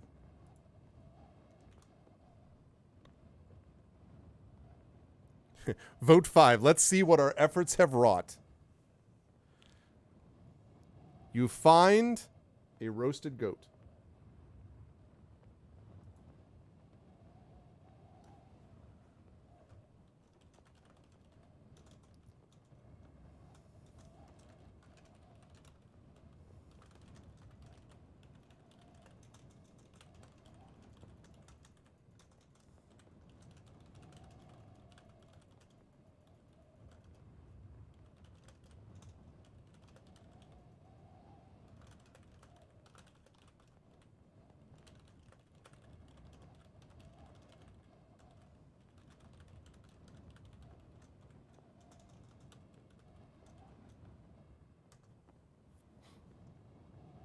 Okay. We find global thermonuclear destruction. Yeah, well.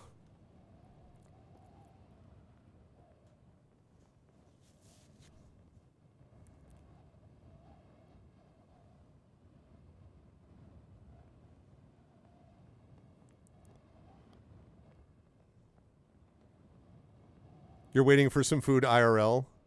Finally meat. Right. That's what I'm worried about, too, is that we're just walk in and we're like, oh, okay. All right, last call, last call. Okay. So we're entering a cave or moving on. One of the caves should be safe now, at least. Okay. So, very simple, chat, I think. Here are our choices. Do we enter the, whoops. Enter the large cave? Do we enter the shallow cave? Enter the hoof print now obliterated inside cave? Or do we walk on? All right, chat. Do we enter the large cave? I know, exactly. Do we enter the large cave? Do we enter the shallow cave? Do we enter the hoof print now obliterated inside cave? Or do we walk on? This is exactly why it's so important that we not have fireball options in real life. Can I just say? We already see what happens, and I'm not going to make fun of this one, the horrific experience of guns and gun violence and all that sort of things. We already know about that. Can you imagine if you didn't have to have a weapon, but you could just literally fireball someone? And you had some of the people that, I mean... Knock, knock. Hi, I'm just canvassing in benefit. Whoa, do good. It would be... We would not exist as a species, I think. Or we would become extremely empathetic because it was the only way to survive as a species.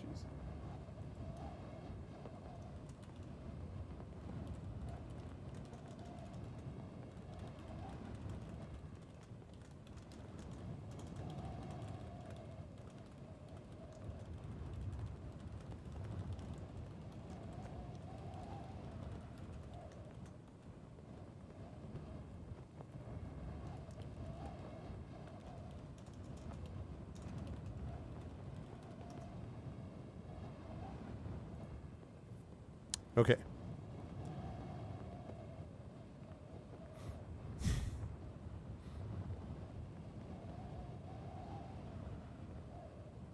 Oh, no. Oh, no. Oh, no. Unless you wanted that, but it sounds like you didn't really want that, is what that sounds like. Everything here is edible, my dear children. The trees, the flowers, you and I. But that, my friends, is called cannibalism. It is frowned upon by our society. Oh, it is, if you do next game, Miranda, the final vote on that is going to be closing at the end of today. There's 3. There are I Love You, Colonel Sanders, Roundabout, and Barony are the 3 choices. And the last I checked, it was very close, actually. Last I checked, right now, I Love You, Colonel Sanders, and Roundabout are tied with 4 votes, and they're ahead of Barony by 1 vote. So any of those could still easily win. Easily. I didn't want that. Okay. I wanted to make sure. But it could be worse. Well, yeah. Oh, when is the next nomination? Not until February. And I haven't put together in my head. I mean, probably, let's see, because we got 4 Tuesdays in February, right? 7th, 14th, 28th. Oh, and this is a leap year. So, no, I'm sorry, it's not a leap year. I take that back. So it's 28 days. Yeah, so we've got 4 Tuesdays. So probably, I don't 100% know, Marinda. My guess is that it's going to be the nomination. Okay, here's what I can tell you for sure. The nomination will either be on the 7th or the 14th. But I don't know which of those days yet because I may be doing Shire Adventures on the 28th. And if I do that, then I would play the Patreon field game on the 21st. And then that would mean that I'd be doing final vote the 14th. So nominations would be the 7th. But I don't know yet. And so I would say the 7th is pretty safe to at least check and make sure. That would be the case.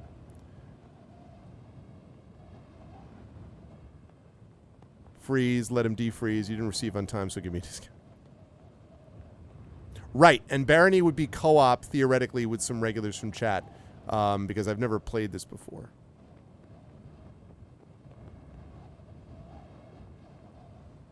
What's the name of the... Yeah, that's right, Tari. What's the name of the game, Marinda? Tari, a certain prominent cartoonist's art will be featured in a tweet going out in less than 3 hours to advertise said game, which is launching in 2 weeks. That's funny, Runo. Okay, all right. Last call. Oh, I know Star Control 2. I don't know if I ever played that. Oh, my goodness. I played maybe the first Star Control. I mean, I obviously know of it. I'm trying to remember if I ever played it.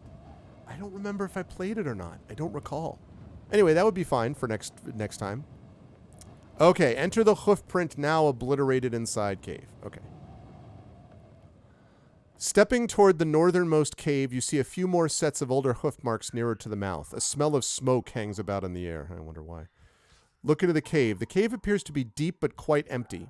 Whatever creature made the hoof prints, it is either left another way or is hiding in the furthest shadows. Yeah, where it's been obliterated. Okay, chat. Very simple. I assume we're doing this, but I just want to make sure. Let's make this a quick vote, though. $, vote space 1, we enter the cave. $, vote space 2, we turn back. So let's do this quick. $, vote space 1, enter. $, vote space 2, we turn back. Really simple. I think that might be true, Rudnell. You may know something about it. You may be on the right track. Bird. Bird, bird, bird. Bird is the word. Bird, bird, bird. Okay, last call.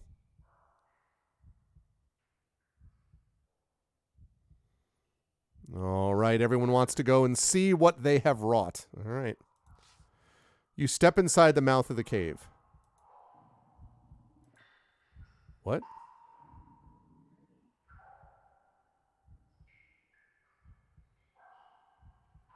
Oh. Wait a minute. I'm going to rewind that. I didn't understand that. I want to rewind that then. I want to rewind that because I didn't understand what it was telling me. So what that means, chat, is that there's literally nothing inside the cave. So then there's no reason to enter it then. That was confusingly worded. So let me try that again. That doesn't provide us anything. It's fair. We can just turn. I mean, I'm not even going to put up a poll for this. We can just turn back, right? Because apparently we don't get meat from this. I thought there would be something in here.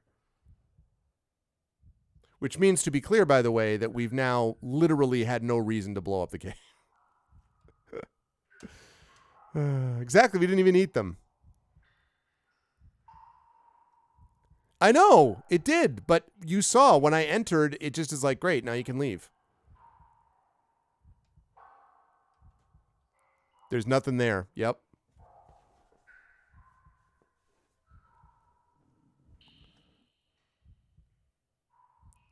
Maybe we've obliterated it. The ribs were alive. All right, so I'm going to turn back then.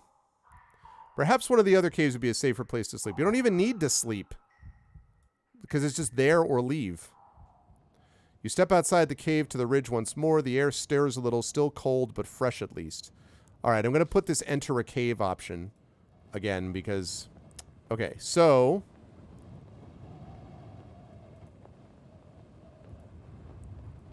All right. Do we enter the large cave, enter the shallow cave, or walk on? Because we've already slept, so we don't need to sleep.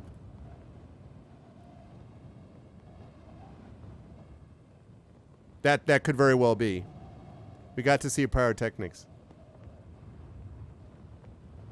He has conceded the guard must have slipped. I think that's probably right. I count it as a win. It says it isn't there or gone. Maybe you burnt it and it left a different way. Yeah, I mean, when we say you, Combustible Dan, I want it to be clear. Combustible Dan. Now, I don't know if you were here and voted for the fireball, but if you did, Combustible Dan, I just want to be clear. No, I don't actually think you were here for that vote. Yes, when you say you mean chat, right? And specifically, this is Nari's fault. Egged on by Tari. Just to be clear.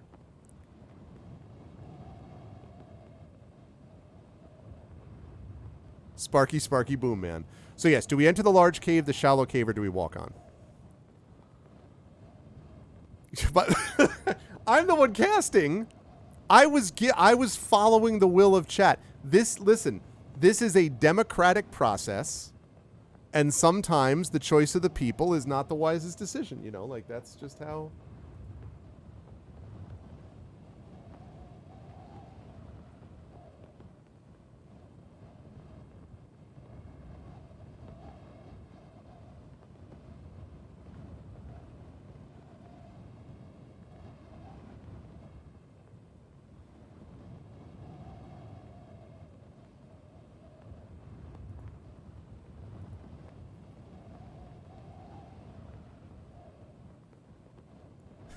I feel for you. You chose democracy. Now lay in it. It's true. What hath I wrought? All right. So do we enter the large cave, the shallow cave, or walk on? Chat. Let's get this vote done. I've been in the minority party on every major vote. Well, if it turns out that it wasn't a good idea to fireball a cave and not even get meat out of it, then you know.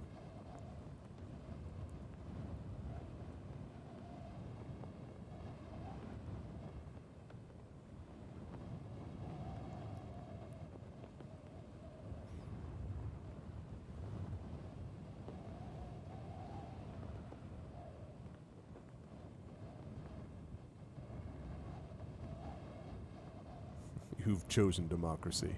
Now you must accept it. Now you must burn in the fires of freedom. Okay. Last call. I'm damn proud of it. No, I could tell. You weren't shy about how proud you were of it.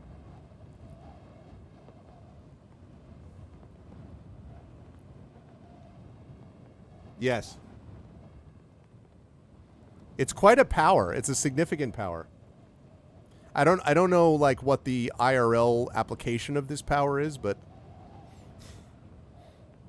yeah, exactly.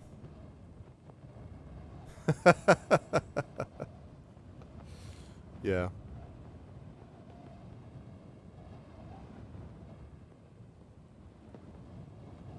That's true. This is an interesting object lesson you're saying, Arudno.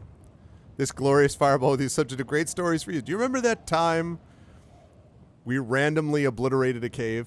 Watch.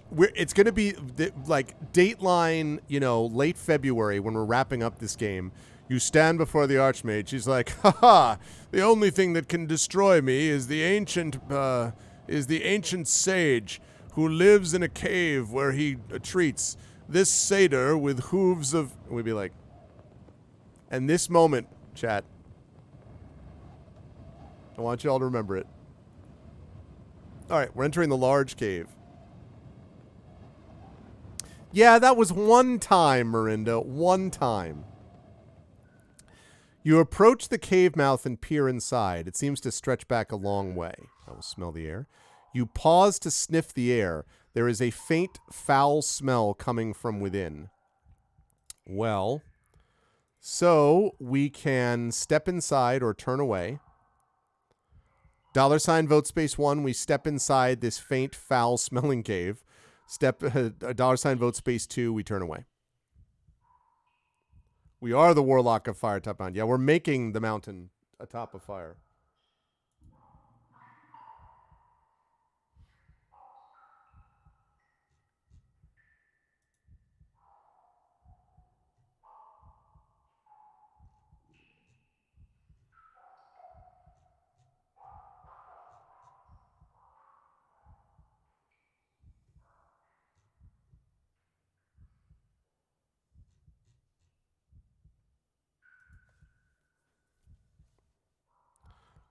$ vote space 1. Oh, wait, did I? No, I opened it. $ vote space 1 to step inside to this foul-smelling cave, chat. Or $ vote space 2 to turn away. Let's get that vote in.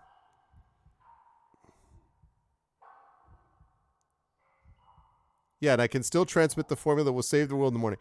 No one would just randomly throw a fireball into the cave from the outside of it without even looking, right? Said Professor Good Scientist Seder Pants.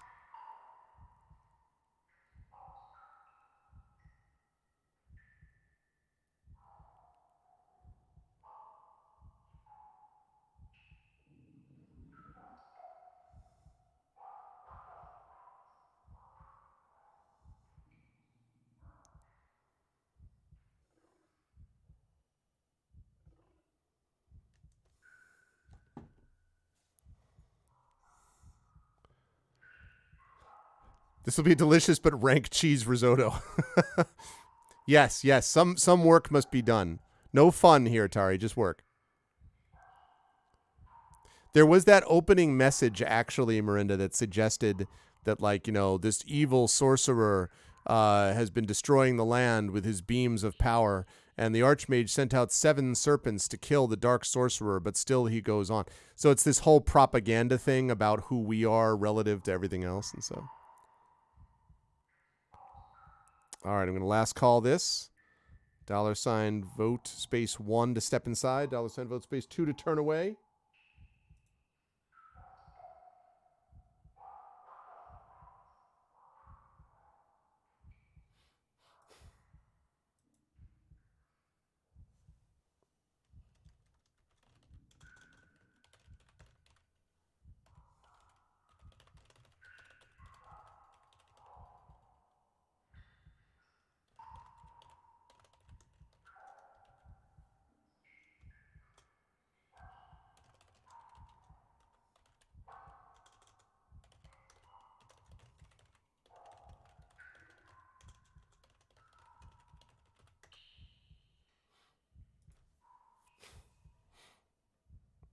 Okay, and we're going to close it. All right, we're going to step inside.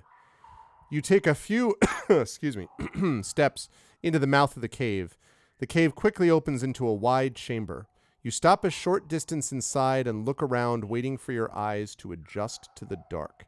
All right, well, let's see what we've got here, chat. So we could search the back of the cave, or we could cast a spell. Let's see what options we have. Yeah, but I still don't know what I think about all that. Like, I feel like we did what was necessary. I don't know. Fall, we could float in the air. That requires 1 stamina, and it counters rock, but it doesn't matter about the counter right now. Float in air. Stamina. All right. Or we could cast... We could summon darkness. Yeah, that's definitely what we want in a dark cave, is to make it even darker.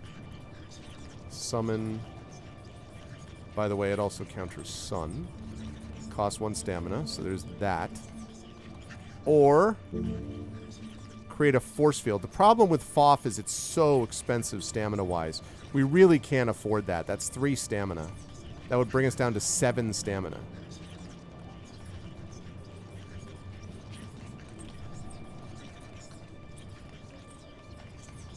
Okay.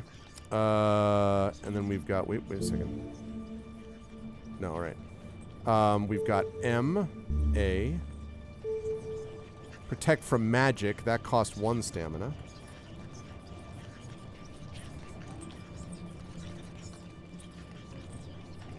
Magic, 1 stamina.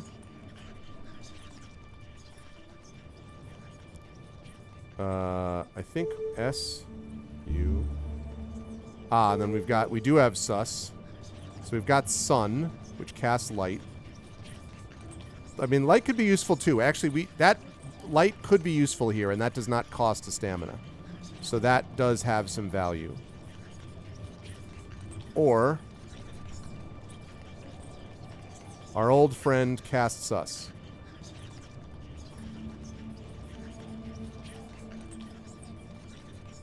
Or we could leave the cave. All right, chat. What should we do? We can either search the back of the cave in the dark. We could cast Fall, float in air. I don't know the point of that. We could cast Fog, summon darkness. I don't know the point of that. We could cast Foff, create a force field. That's too much stamina. That's 3 stamina. That's going to put us in trouble. Cast Mage to protect from magic. I mean, I don't know. That feels like a shot in the dark, if you'll pardon the circumstance pun. Cast Sun, cast Light. We do have a Sun Jewel, so that would let us see in the darkness. Cast Sus, senses danger, although it does cost a stamina. Or leave the cave. Realistically, search the back of the cave, cast Sun, or cast Sus all make sense to me, as does leaving the cave also theoretically could work. But either way. So $ vote space 1 to search the back of the cave, 2 for Fall to cast Fall, 3 to cast Fog, 4 to cast Foff, 5 to cast Mage, 6 to cast Sun, 7 to cast Sus, 8 to leave the cave, I should say.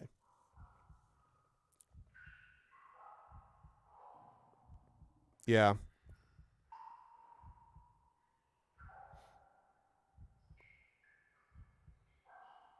There is sadly no fireball option. I can't tell you how sad I am that there is no HOT option here. Yeah, Rudnell, agreed. Because right now we can't see. Casting Sun allows us to use light, and then we can search whatever we want. And since we have a Sun Jewel, it doesn't cost any stamina. So...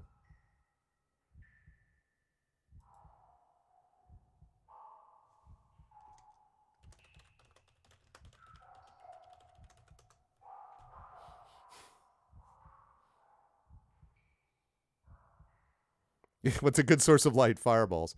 If you had Fireball as an option, you could choose that. But there is, I can't tell you how sorry it is to say this, Big Boss, no Fireball option here. I'm all broken up about that. Hey, an appropriate shirt for this, by the way, in episode 2 of The Mandalorian season 1, he actually goes into a cave, Mando does, and meets something pretty terrible there. I won't spoil it if you haven't seen it, but you should definitely check out the show. Amazing show.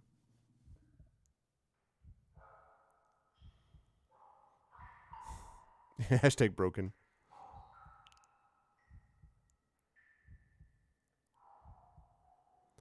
All right. Got 2 votes for Back of the Cave, 1 vote for Cast Fog, 2 votes for Cast Sun. What do we got? Yeah, I saw it last night, Big Boss. Looks really good. I saw it last night. I knew based on the end of last season that there was going to be a lot of Mandalore stuff. But, yeah, a lot of Mandalore stuff.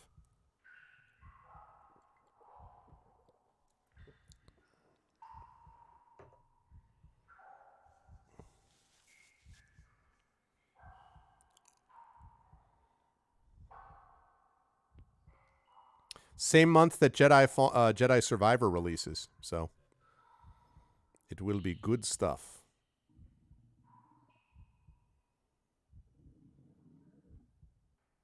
I love that you can barely hear your heart beating behind the sound of this. All right, last call. Last call.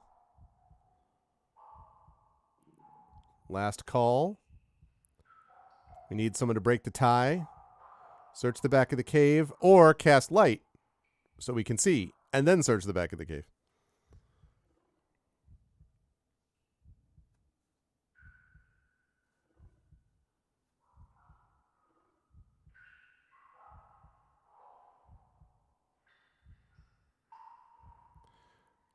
Going once.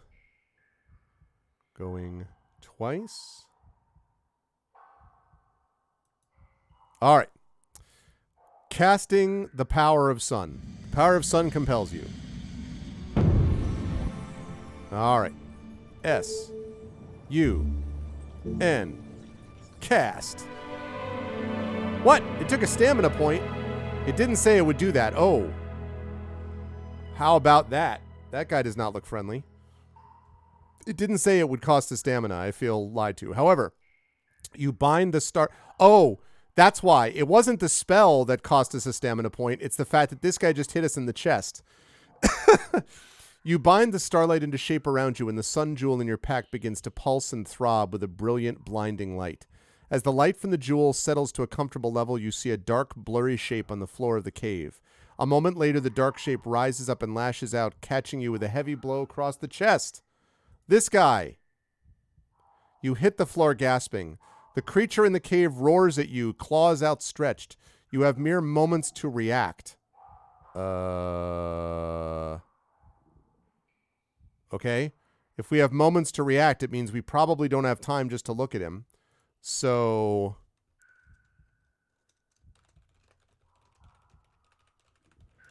do we look at the creature? Whoop. Look at the creature. Use an item. I don't know what items we're going to use, but we probably can't check it because we're only going to have a chance to react one way or the other. Draw our sword. Cast a spell. I don't know which ones. Or run. All right, chat. And again, because it says you have mere moments to react is what's making me think we don't have time to look at it. What do you think? Do we look at the creature?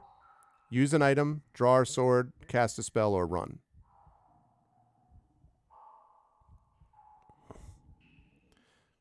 Right, the fireball was the right idea, just the wrong cave.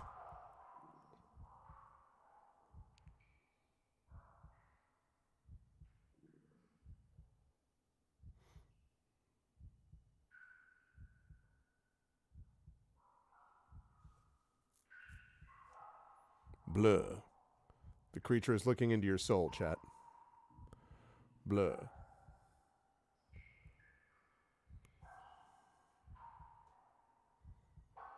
Rah.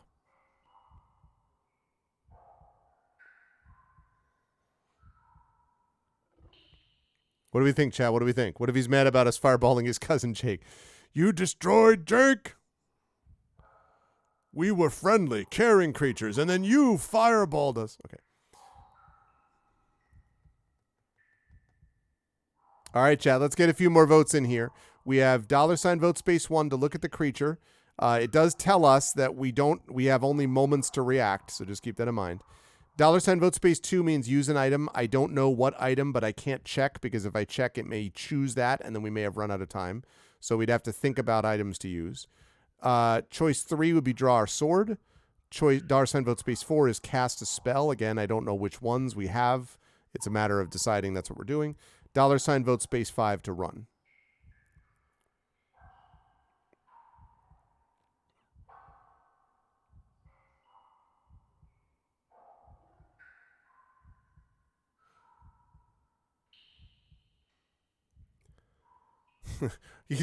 Yeah, exactly.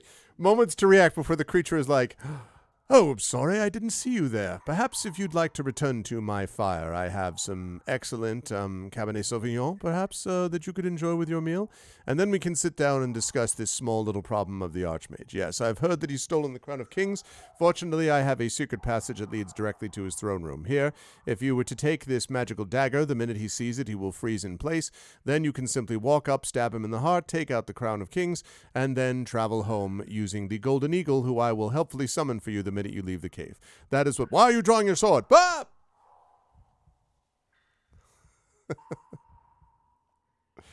I am simply a friendly cat who has been here for a long...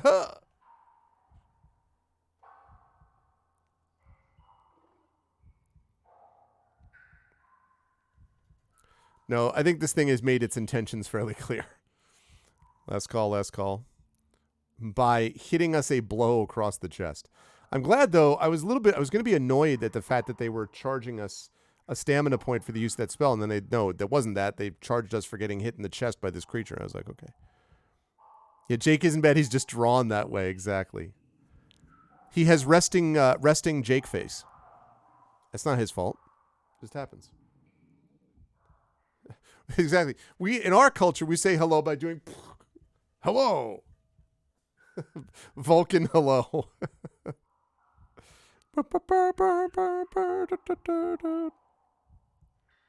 Okay. Draw our sword it is. All right. Let's do it. You draw your sword and engage the fearsome creature. I shall defend. The creature has 2 weapons, its long claws and its terrible smell. You drop around a stalactite and raise your sword, ready to defend yourself. The skunk bear stops a short way away from you and swipes with its enormous paws. You chop it away, drawing thick blood. For a moment, it is almost close enough that the terrible smell that hovers around it fills your nostrils. You retch, almost staggering. It rears back, claws raised. Okay. You remain hidden. The skunk bear growls and grunts around you. It stumbles away, a tail whipped high. Okay, I'm going to defend again. You edge left around the skunk bear, keeping your guard up. It paces the clearing. It drops to all fours and roars. Charge! Okay. You risk an attack. Rushing forward across the dirt, you charge at the skunk bear, catching it with a light blow. It squeaks and snuffles, standing up onto its hind legs.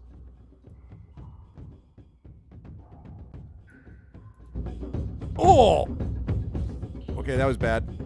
Skunk bear whips out its savage claws when from somewhere it issues a foul cloud of stinking gas that makes you gag and choke. You almost drop your sword. If you had, it would have meant certain death. You find yourself gasping for breath. The foul smell around the beast is the stench of the grave. It wallops the air with its thick tail. The smell's getting worse. Standing firm, you swing a mighty blow at the skunk bear just as it tries to rush you. You cut its attack down. Its fur is thick with blood and scratches. It drops its weight and growls. Ooh, we're in trouble. Warily, you move into a defensive crouch. The skunk bear stays low and tries to ram you. Then the tail lifts and you are coughing and choking. Your stomach turns as you see the skunk bear's claws are red with your blood. Oh, crap. That was terrible. Let's try that again. That was terrible. We can do better than that.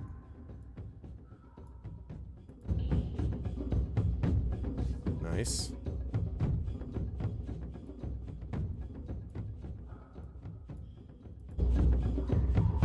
Nice again. The smell of fear. It beats the air with its furry tail. Okay. You can almost smell the creature growing enraged and duck quickly into a crouch. The skunk bear makes a nasty swipe with its claws, but you duck. You are slightly hurt, and the creature's stench seems to get into the wound and make it worse. All our options stink. For a moment, it's close enough the terrible smell that hovers around it fills your nostrils. You retch, almost staggering. Rears back, claws raised. You risk an attack. Screaming, you race into the skunk bear, but it's read your intention and drops in a crouch. Grunts as it paces from you, evidently afraid of you. It stumbles away, tail whipped high. Standing firm, you swing a mighty blow at the skunk bear, but it knocks you aside with a paw. Staggers backwards, badly wounded. It growls and grunts, rearing up, showing its full height. Obviously, we defend. -2. You sense the creature getting angry, drop quickly into a guarded stance. Emitting a terrible smell like a graveyard had been dumped around you, the skunk bear thumps forward, unleashing a terrible stench as it comes near. Wraps its tail around yourself. There we go. Smell is getting worse. Dropping your weight, you chop a mighty stroke against the skunk bear. Then your sword finds a soft place in the skunk bear's body. The beast roars and topples over quite dead. 4 stamina lost, competent combat. You clean and sheathe your blade. All right, well, you do a quick search of the back of the cave, but there are no more surprises to be found. All right, chat, I have a suggestion here. I was just about to ask that, Marinda. I'm going to put a poll up here, chat. We are desperately in need of healing. So even though I don't love doing this, I don't think it's viable to go forward with 5 points. So at the moment, what we do have available to us is we do have this fox, which is our spirit. We can pray to the spirit. It won't hear us for some time, but we really, really could use some help. So I'm going to ask chat in a poll. $ vote space 1 means we pray for healing. $, that's true. $, and I have smelled a skunk, and you're right. $ vote space 2 means we do not pray for healing. So $ vote space 1 we heal, $ vote space 2 we don't. And I don't think we have any, like... Yeah. We don't have anything else to help with this, so...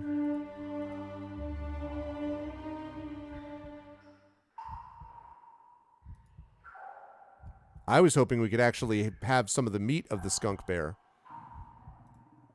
I can't believe that it was literally skunk. Like, literally a skunk bear. That was a long time ago, Marinda. We actually went back and forth last time during Seven Serpents between gorilla and the fox, and we were at the gorilla at the beginning of this, and then, like, our first decision, we flipped over to the fox. So...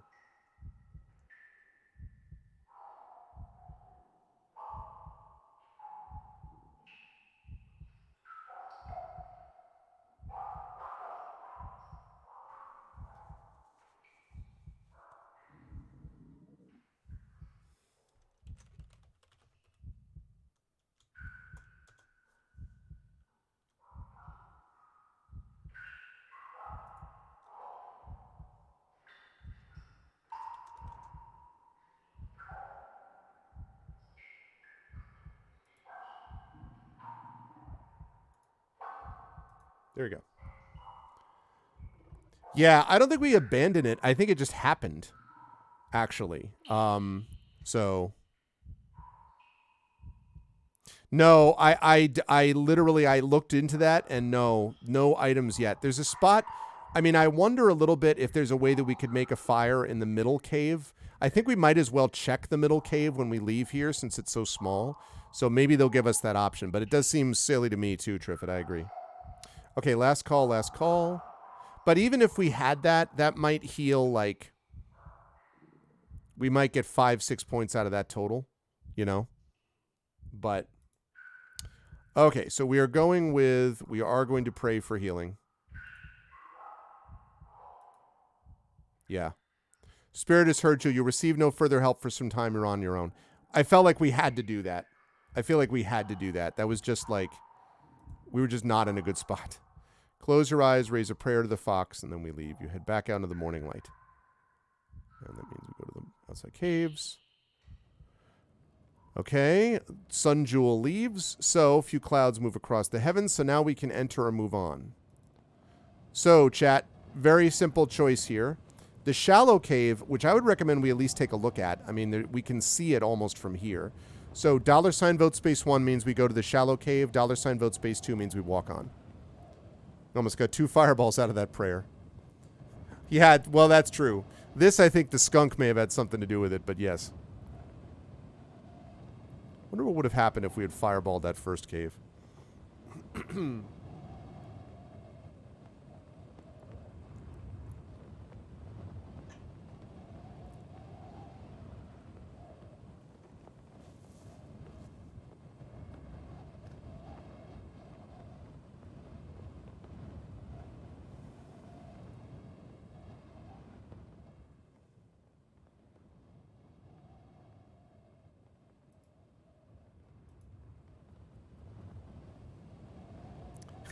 Who among us does not remember fireballing the first game? Who here can say? All right, last call. Last call. $ vote space 1 to go in the shallow cave. $ vote space 2 to walk on. Yeah, I mean, also this middle cave is probably... Watch. The middle cave is going to be the one we go into. They're like, you find 50 gold, and you find 8 provisions and a campfire, and...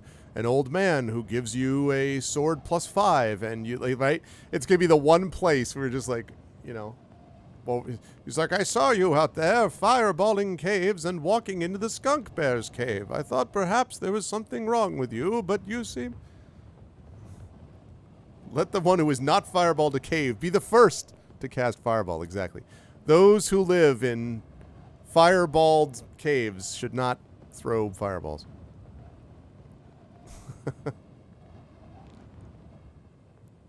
as a DM for an adventure like this, I would be so tempted to just throw that in and see how long it took before my players were like, and then be like, no, I'm just kidding. Yeah, you find a pile of gold, slag to melt in the rock, plus a kidnapped kid that you killed. Exactly. Those who live in open caves should not cast fireballs. All right. Well, it's not a very powerful, but it seems like people at least want to check this shallow cave. You approach the smallest cave mouth and kneel down to peer inside. You might be able to crawl inside, but it'd be a tight squeeze. I'm going to call inside first. You cast a wordless greeting into the cave mouth. Again, this is just gathering information. That's why I'm not asking chat about it. Listening for the echo, ready to react should you disturb any creature. Nothing stirs. As your eyes adjust to the darkness within, you can see beyond the entrance, the space opens out somewhat. You find a stone nearby and toss it into the cave. Nothing happens at first. Then a shrill howling issues from the cave. You call inside again, a wordless cry of threat, then wait, expecting something to rush you any moment, but still nothing emerges. Interesting. All right. Well, let's see what we've got, chat. So there was a calling, a howling. So let's open up the spell list. So we could crawl inside.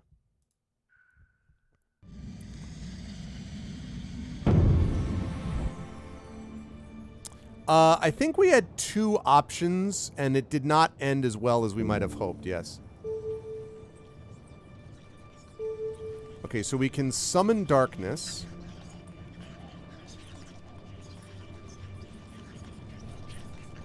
Which I don't know that that's the best idea when you're going into a cave, but, you know, uses 1 stamina.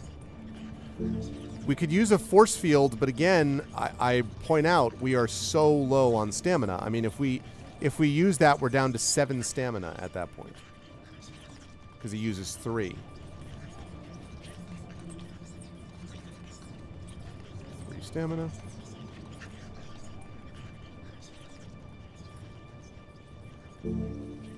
Whoops.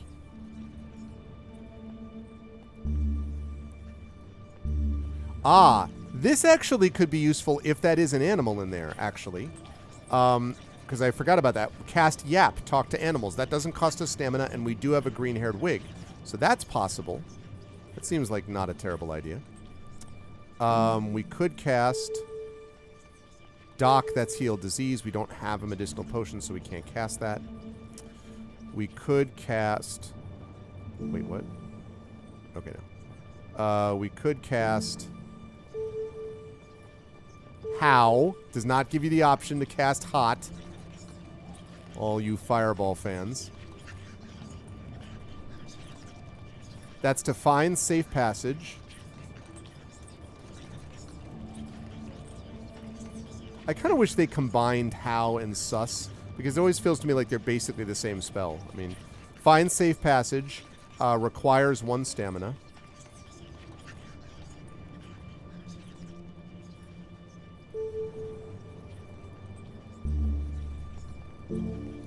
Ah, we could also summon a replica creature. That's interesting. And it requires a gold-backed mirror, so we could also do that.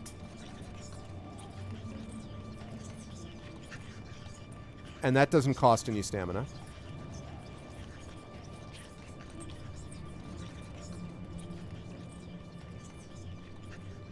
Let's see. And then we have MAG, which I think is the magic one, yeah. Protect from magic. Does not look like we have sus on this one. I mean, but that's again taking a guess that this is magic to protect against, and it does cost a stamina. I think that's all, because I don't think there's an S around here, but let me make sure. No, there is not. So, or we could abandon the cave. All right, chat, what should we do? Good game. Poor choices. Yeah, pretty much. Pretty much. That's a good way to put it, Triffid.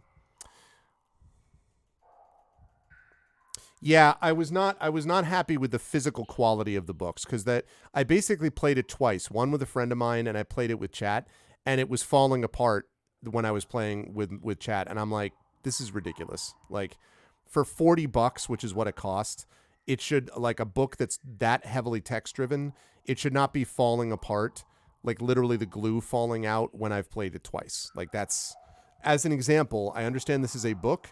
This book was published in 1985, and I bought it around there, 85, I would say, maybe 86. And as you can see, still just as strong as when I bought it. Okay, that's quality. And this book cost, at the time, $3.95. No, I understand that that would be just a little smidge more expensive these days. But the point is, yeah. The other problem was that there wasn't enough art. I mean, if you're going to have something that's that heavily text-based, you ought to be able to. It had some very nice, like, front of booklet art, but there was no interior art at all. And I was just like, come on. Like, so it could have been better quality for that. Ooh, nice, Rudnell. That's nice.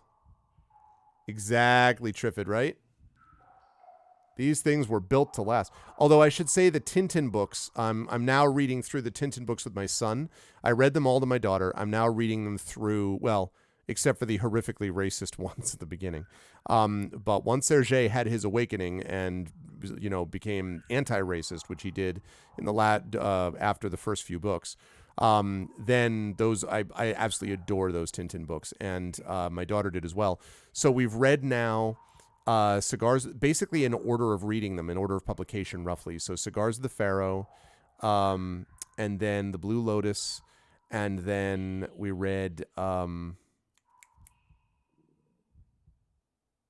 Broken Ear, The Black Island, which is I have a painting up there of that, or a poster up there of that, and Kingotic Receptor, which I also have one last time as well.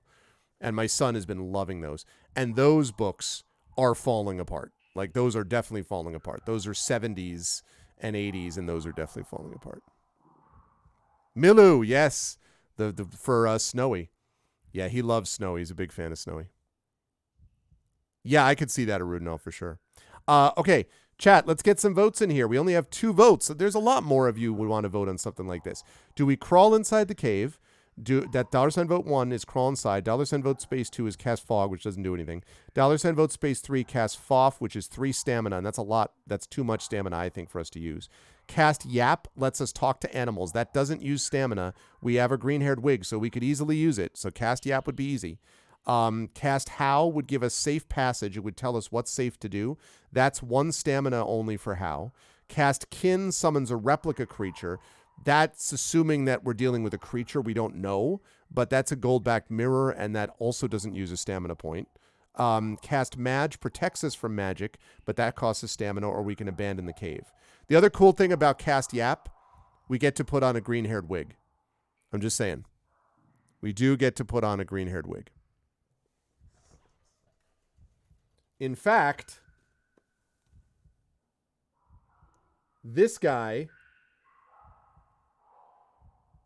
Look, I mean, those are some lustrous locks, right? Like that. Oops, sorry. Sorry. Forgot to turn that off. Those are some lustrous locks right there, right?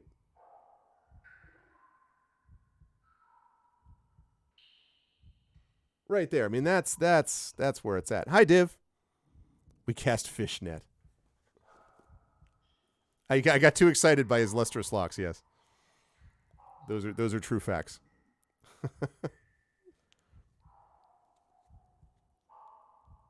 I feel like what I love about this is the fact that the guy is also standing there and he's just got his random demon minions down there.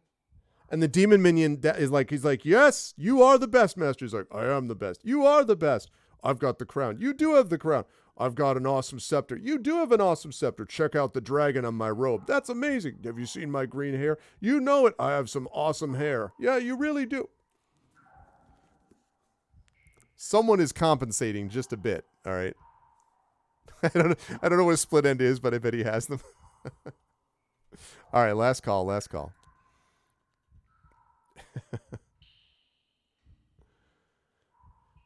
Good times. Yes, indeed. Except that this guy actually looks awesome, and the former president.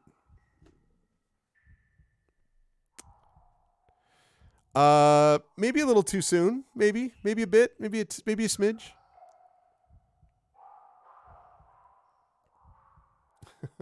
Okay. All right, we're casting Yap. Let's talk to whatever the hell is inside this thing.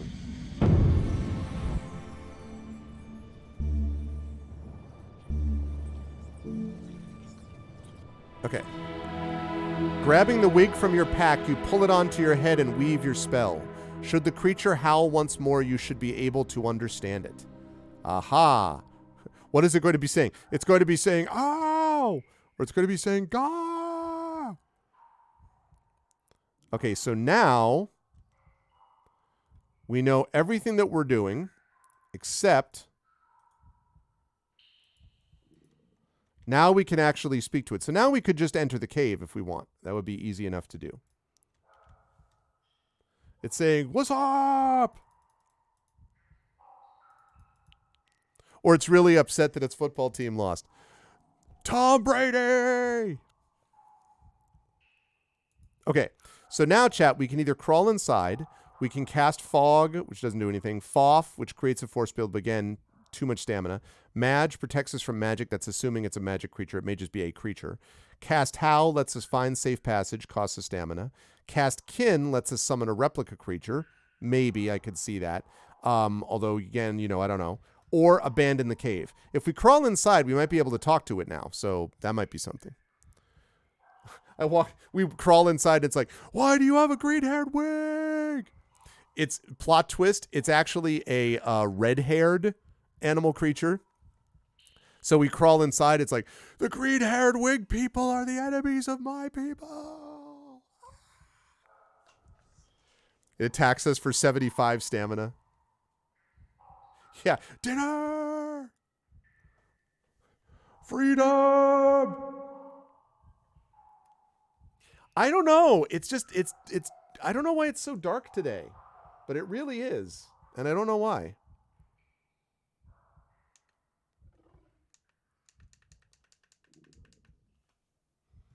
I mean, I guess I could turn on my other panel, my other light panel. I could theoretically just turn the lights on in my office, but it is dark today. Fireball called nuclear winter.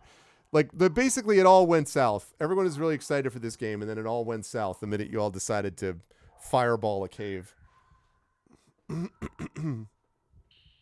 Yeah. Oh yeah, all those lights are off, but typically during the day, I mean, it's like almost 3 o'clock. So yes, I understand it's winter, and I think sunset is like 4:50 now or something like that Eastern. But with an hour and 50 minutes to go, typically even during the winter, there's more light than there in this. It's just overcast and gray today. So I think that's part of it.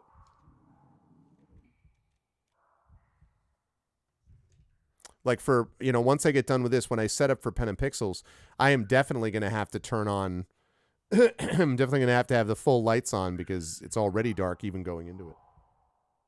Okay, so clearly I'm not even going to last call this. Everyone wants to crawl inside, so let's see. Stealing your courage, you crawl into the mouth of the cave. You are barely through the entrance of the cave when the howling noise sounds again. It is now somewhere terribly close at hand. All right, I will ask about this, chat. I mean, I feel like since we started crawling inside and we can talk to it, probably stabbing with the sword isn't what we want to do when we've got our wig on to talk to it. But here are the choices we have. We can either wait, stab with our sword, or crawl back out. I wonder if this is a Hortus situation. I wonder if this is Devil in the Dark Star Trek Original Series situation. Except the problem is I don't know that we can help it because we don't have a medicinal potion. I don't know that we can heal it. I guess if we could heal it by shooting it with a fireball, because no one's ever done that, have they, chat?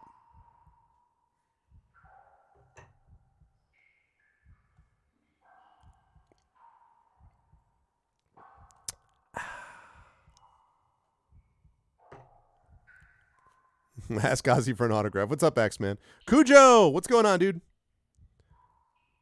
Yeah, it's warm. It just has a thorn in its paw. Let me heal you, Fireball. Exactly. Yeah, it has been. I was saying this to chat. I understand climate change and all that, but as we know, climate is not weather, and so even within that arc, this has been an unusually warm winter. And it's been just a dud of a winter snow wise. The only good sign or the only good news for my kids is that it means that they won't be there later in June if this keeps up. You know, they'll get out at their normal time instead of having to go. Last winter, actually, there were a lot of cancellations, including cancellations for silly weather that they should never have canceled for. Where I live, a snowflake hits the ground and they're like, well, time to close down the town for a freaking week. And so they ended up being there into late June, which I think is just silly. And so, yeah, this way, at least they'll get out at a reasonable time. But other than that, I feel bad because my kids have been like, I need to figure out a way to just do like a family trip where we just go north enough that even with artificial snow, we can do snow tubing because the kids like to go sledding and stuff. And, you know, and I wouldn't say that they're like kids who want to spend every second on the ski slopes. They can get cold like anyone else can. But I think we're the kind of family that, like, you know, during winter, we like to go sledding and we snowballs and build snowmen and all that. And hot cocoa and the whole 9 yards, right? And then during the summer, we like to go to water parks. And, you know, we like having the different seasons. But this has been just basically like late November weather. There was one period of time in December where it was like cold. It was pretty cold for about 7 to 10 days, maybe about 10 days. But during that time, there was no precipitation at all. And then it passed, and there's been a decent amount of precipitation, but it's just been rain. So, oh, God, Emily, that's awful.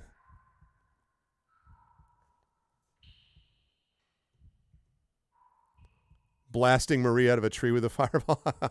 Yes, yes, yes. 80 degrees. Yeah, but I understand that a little more because of where you are in the country, Craigery, although still that's too warm, but like, my goodness. Yeah, that's fair. That's fair. Yeah, Runo. Okay, so it looks like we're going to wait. Yeah, I agree with this. You wait a moment and slowly your eyes adjust to the dark, but you can still see nothing in the chamber. Suddenly, a tiny creature brushes your leg. The thing is a jib, no more dangerous than an overgrown mouse. It's a jib. Aw, jib. Let's look at it. Covered in fur and no larger than a bamba fruit, it stands on two duck-like feet. Its body must be mostly lungs, as despite its size, when it howls, it makes a noise like a horn. I'm a jib. Woo! So its sound is woo! Woo!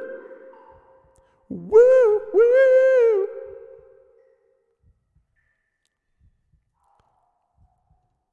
It stands on two duck-like feet. Yeah, those are not duck-like feet. Those are in no way are those duck-like feet. And that's from the original book. That's not Inkle that did this. Yeah, that is definitely not, I don't know what kind of ducks these people are seeing, but this is not duck-like feet. Okay. So what do we do, chat? It's too bad it's not giving us a chance to say anything, but I think it's just going woo. All right, chat. So, do we $vote space 1 threaten the creature or $vote space 2 leave the creature alone? Maybe we can find something in the cave if we just leave it alone. It's not going to hurt us. It's not dangerous. So do we $vote space 1 threaten it, which is probably a bad idea. $vote space 2 leave the creature.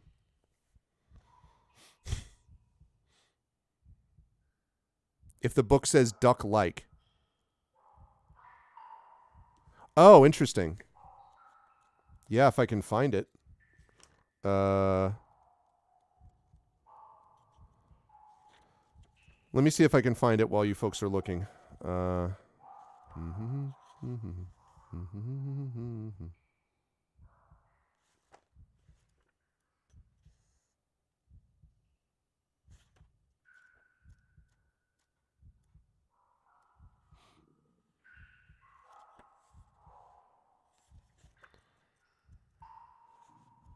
Let's see.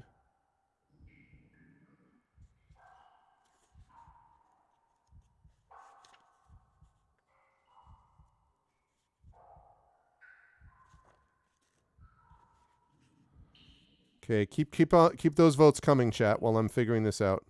Keep those votes coming.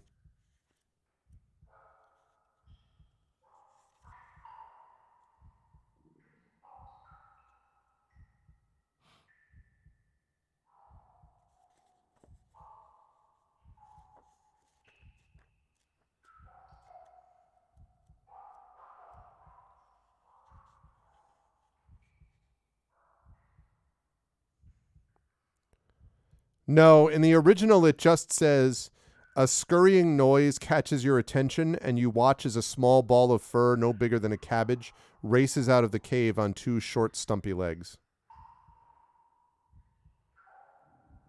Same picture. It's the same picture. But it certainly doesn't say anything about duck-like feet. All right, last call. Yeah, it's cheering. It's like, woohoo! It's actually saying, let's go! But it's in jib jib, so it's like, woo! Some editor got fancy. All right, so we're going to leave the creature alone. You ignore the creature. It howls a few more times, but is beginning to realize you are not afraid. A moment later, it scurries away out of the cave. The cave appears otherwise empty. This would be a dry, well-protected place to rest if it was nighttime, but it's too early to sleep. Time to move on. Mampang awaits. Man, what the hell we got from any of this? All right, well, now we can move on. Okay, we're only going to have a time for a little more before I have to get ready for Talisman today. You leave the caves behind. The steps are becoming wider as the path turns to follow the edge of a deep chasm. A little further on, a rock ledge juts out into the chasm. Two posts stand on either side with a narrow and rather ancient wooden bridge lashed to them. The bridge must be 100 years old at least. It is set onto timber supports driven deep into fixtures out of sight below the ledge. It seems like it might still be solid. Oh, it seems like. You lift your eyes to look across the chasm to the other side where more mountains rise up. A cleft line in their peaks traces a narrow road, and atop one summit is what looks like a large bird's nest. You glance down at the path ahead and see a line of hoof prints, interesting, similar to those you saw outside the cave. They lead away past the bridge. All right, chat. So we can toss a gold piece into the chasm. We only have 4 of them, but we could do that.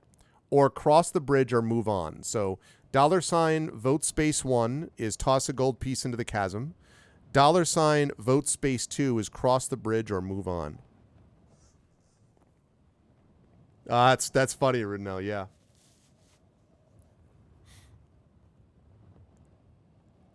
Yeah, exactly. I don't get it. Toss a gold to your jib jib.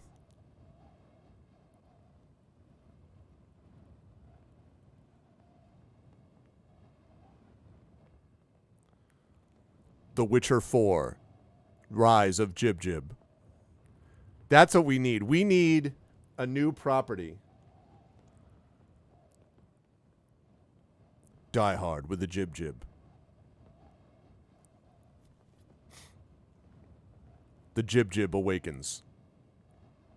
The last Jib Jib.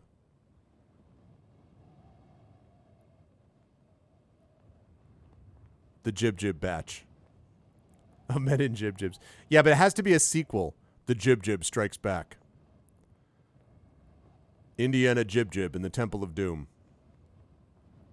Jib Jib sounds like something right out of Dr. Dolittle, actually.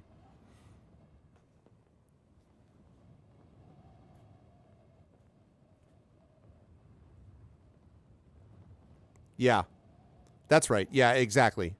I might say that the hawk is like tough and doesn't give you as much stamina or something, but it would give you some, yes. And that's true. That's one big limitation of video games in general. They just have only so many options that they can give you. So, what's up, Sunniff? Flight of the Jib Jib. Yeah, there you go. Captain America Jib Jib Soldier.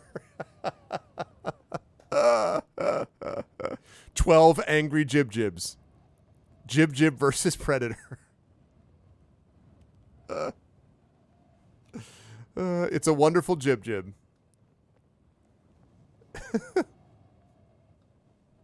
Smokey and the Jib Jib.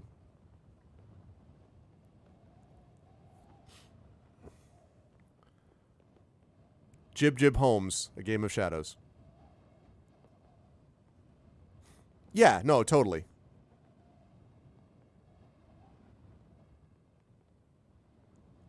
Jib Jib E. Yeah, exactly. Or Jib Jib Ah, as far as that goes.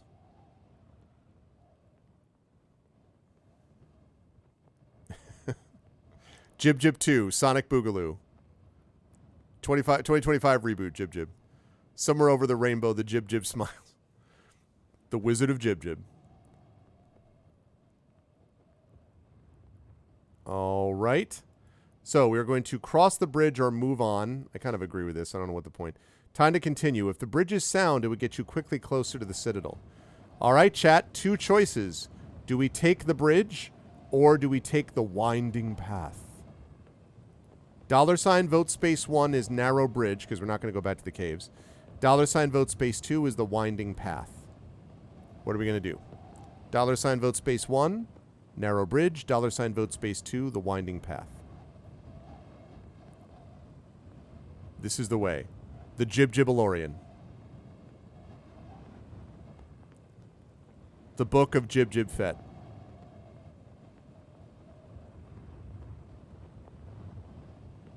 Better call Jib Jib.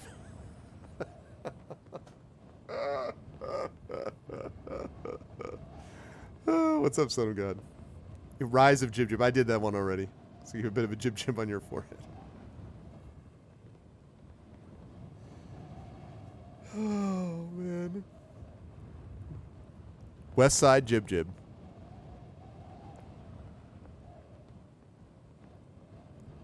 Much ado about Jib Jib.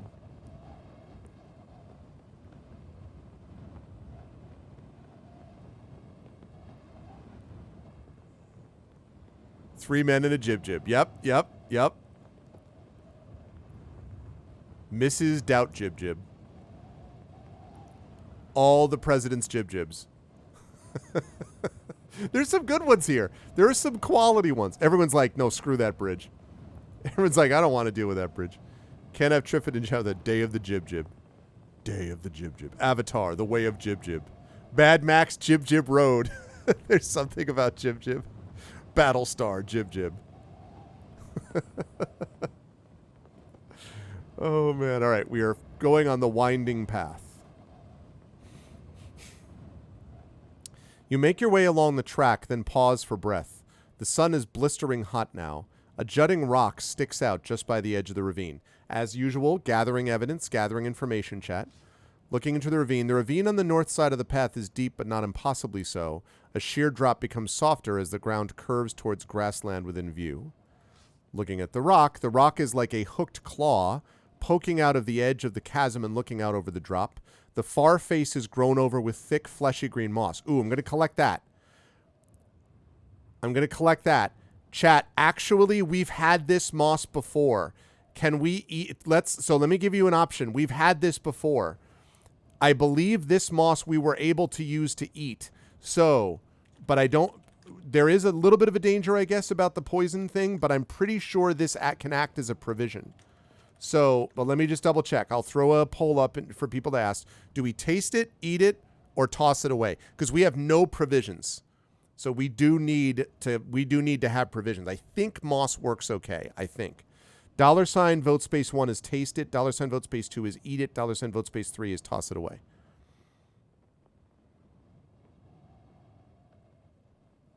That leads to your Jib Jib. Live, die, Jib Jib. Ooh, how about all of the Jib Jib finger, Jib Jib raker, Octa Jib Jib, live and let Jib Jib, Jib Jib fall, the Jib Jib who loved me, the Jib Jib who loved me. Let's go from Jib Jib with love. All the James Bond ones are so good for this. In her Jib Jib Secret Service. No time to Jib Jib. Yeah. Incidentally, that is a pretty, I have to say, that's a pretty good Bond song by Billie Eilish. I heard a couple people are just like, oh, it's terrible. No, disagree. It's very Bond. It fits right in with the exact, even the chords in the background. Very Bond. Very Bond. Harry Potter in the Chamber of Jib Jib. Yeah, the Jib Jib will love me. Call Jib Jib. A view to a Jib Jib.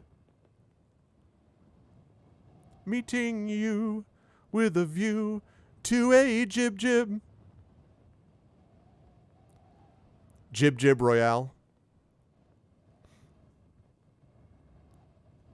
Rescue of Soldier Jib Jib. Ooh, Dr. Jib Jib. All right, last call.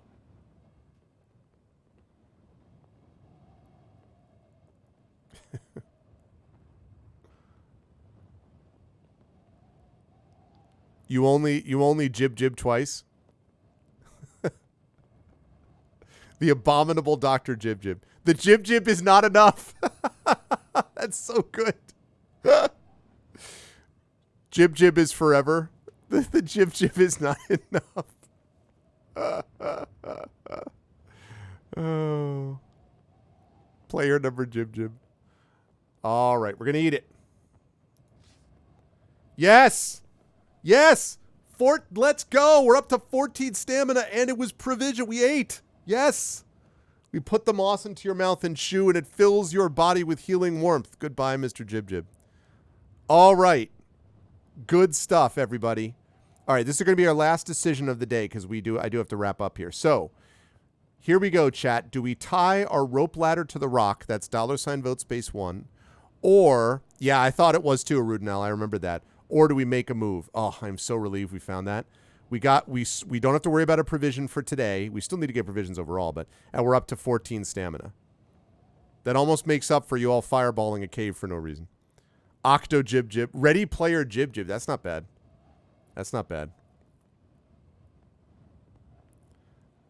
Bridge on the River Jib Jib. Jib Jib on the River Kwai. Oh, man. Did somebody do Jib Jib everywhere all at once?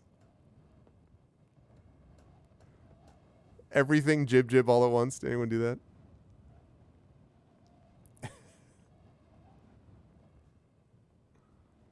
Exactly, Triffin.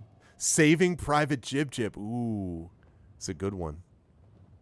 That's a good one. Saving Private Jib Jib. Oh. Jib Jib Gump. I feel like that's a little... It doesn't quite. Willy Wonka and the Jib Jib Factory.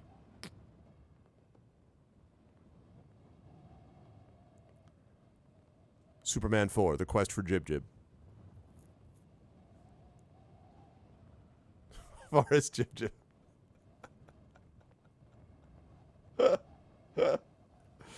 Oh my goodness. Last call.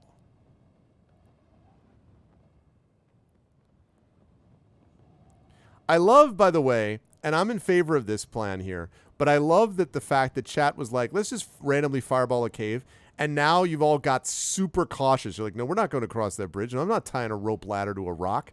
But where's my safety land? Lord of the Rings, The Return of the Jib Jib. I thought about that. Fellowship of the Jib Jib. Or the two Jib Jibs. I thought about that. Jib Jib, Jib Jib, Jib Jib, Jibbity Goo. I've got another fireball for you. Oh my goodness. The Jib Jib before Christmas. Aw, yeah. Okay. All right. So we have decided to make a move. You must keep going. All right. And we're going to go to up the path, which is where we will save it. The path crosses a rocky plateau which rises gradually. The sun has reached its highest point now. You're almost in the peaks now with sheer drops opening on either side. The plateau is relatively sheltered. So we leave chat with this. Now, the spirit, our fox spirit, is far from us. We have to wait till they return from further aid. So that's not great. And we've used up our Blimberry potion. But we now actually are doing better with stamina than we were when we began, despite the fireball incident. We did fireball a bunch of things. We got 4 gold. We did manage to eat that moss, which was huge. So we now have eaten a provision. We're doing okay on stamina. We have our sword. We have most of our things available to us. So comparatively, this could have been a lot worse. Like, comparatively. Okay. I want to make sure that we have now saved. I think we have.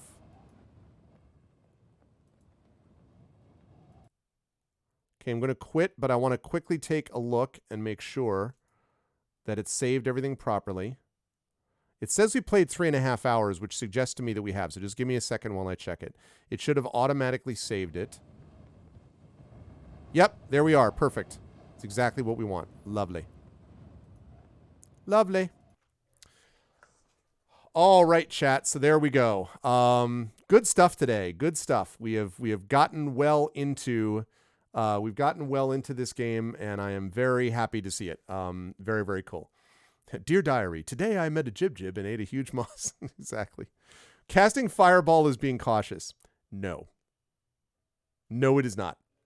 It is being troll McTrolldom, which is, I can appreciate. But all right, chat. So last chance to get the next game vote in, which Triffid has just posted there. So last chance. I'm going to give you a minute or so, but then I'm going to wrap up. So now's the time to get your vote in. Right now, I Love You, Colonel Sanders, and Roundabout are tied, and Barony is behind with 3 votes. Oh, I Love You, Colonel Sanders has just gotten another vote.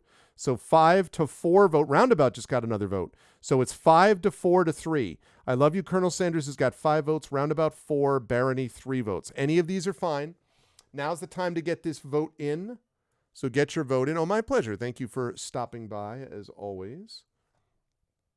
So yes, get that vote in.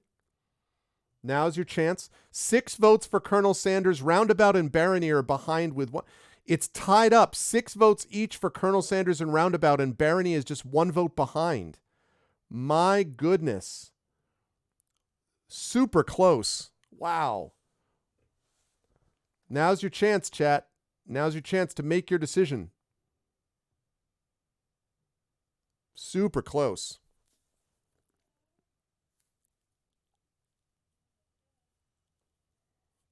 Very, very close. I think it's more or less for the same reason you said, Arudnell. I think everyone's like, this would all be good. I want all of these. The drama, we need music, it's true. Let's see. What we need here is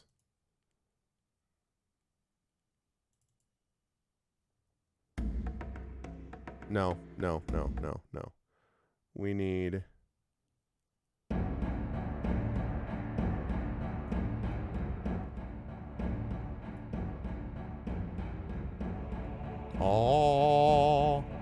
we need someone to vote to break this tie, folks. I Love You, Colonel Sanders at 6, Roundabout at 6, Barony at 5. We need someone to break this tie. Get your vote in for the Chat Chosen Game of the Month, which we're going to be playing next week. I Love You, Colonel Sanders, Roundabout, or Barony. What's it going to be? Get those results.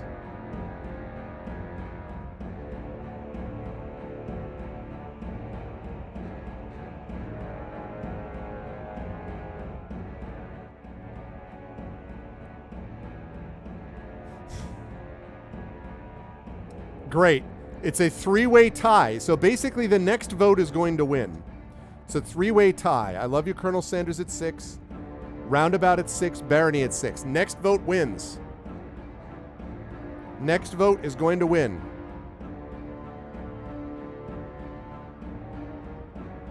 I think this is the closest it's ever been between.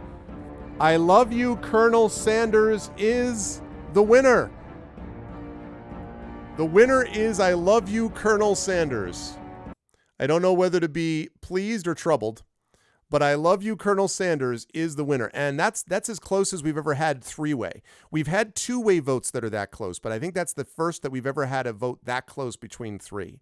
So Barony and Roundabout, you can always feel free to nominate in a future stream. I think Marinda wanted to vote Star Control 2 for next month. You can always do that. But that's the winner. I Love You, Colonel Sanders. Yeah, it is very 1980s Conan. Yes, it is.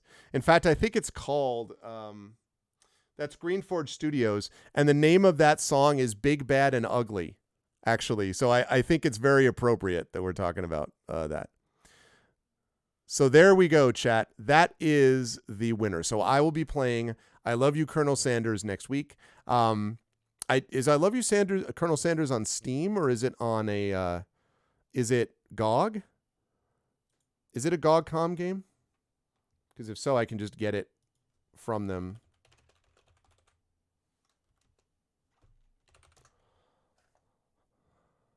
It's on Steam.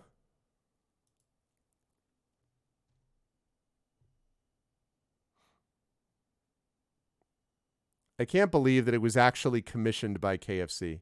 Oh, it was released for free on Steam? Oh my goodness.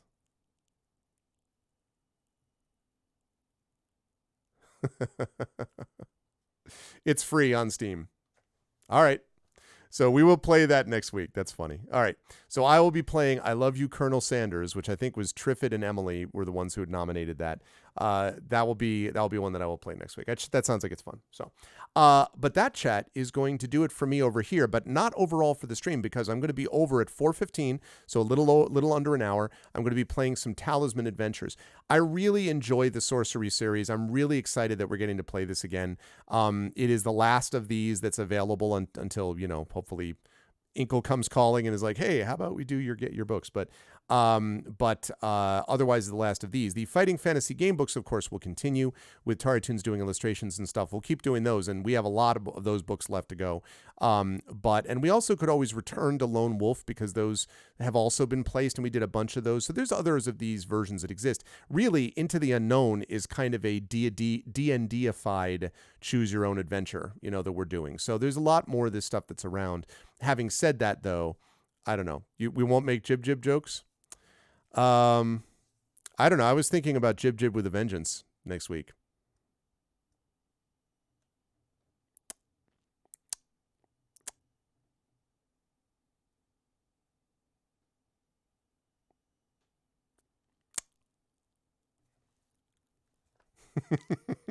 Anyway, but yes, so we will do more of this. I really enjoy the Sorcery games. It's gonna be fun. I'm super excited for it. I hope Chad enjoyed it too. I just love being able. I don't even want to. Yeah, I'll see you over on GOG. Goodbye. Okay. But we're gonna play more of that on Friday, and then Saturday, we've got Eberron, Oracle of War, as season 3 continues. I will tell you all, by the way, as well. I don't think I'm speaking out of school on this. That the character artist who did all the character art for a bunch of the D&D with GOG players, and has also done a bunch of character art for the other Eberron players. That character art, which is featured on my Eberron video, that's Hannah from Spectrum Stun Gun. Hannah is also talking with Brandon and is going to do the character art for Rowan Shallow, who's the new character that was introduced from our last week's game. So that's going to be happening. I'm very excited about that. So that'll be happening on Saturday. Sunday will be the taped conclusion of Speculate, Girl by Moonlight Fractal Spire, with Brandon O'Brien as your GM and the Strange Friends. And then the following Tuesday, 1 week from today, I'll be back here playing I Love You, Colonel Sanders, and then I'll be over on GOG with Pen and Pixels playing D&D with GOG Ghosts of Saltmarsh.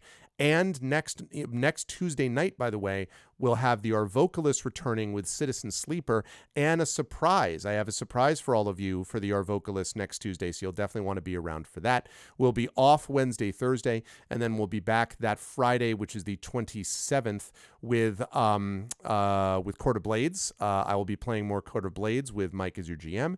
And then Saturday, the 28th, we return with Expedition from the Mysterious Peaks. So that's going to be really cool. And lastly, that following Tuesday, the 31st, I will be on GOG.com's Twitch channel with Pen and Pixels earlier from 1 to 4 playing Chained Echoes. And then I'll be here at 5 p.m. for the premiere of Shire Adventures, sponsored by Free League. So very exciting. I'm excited about all that.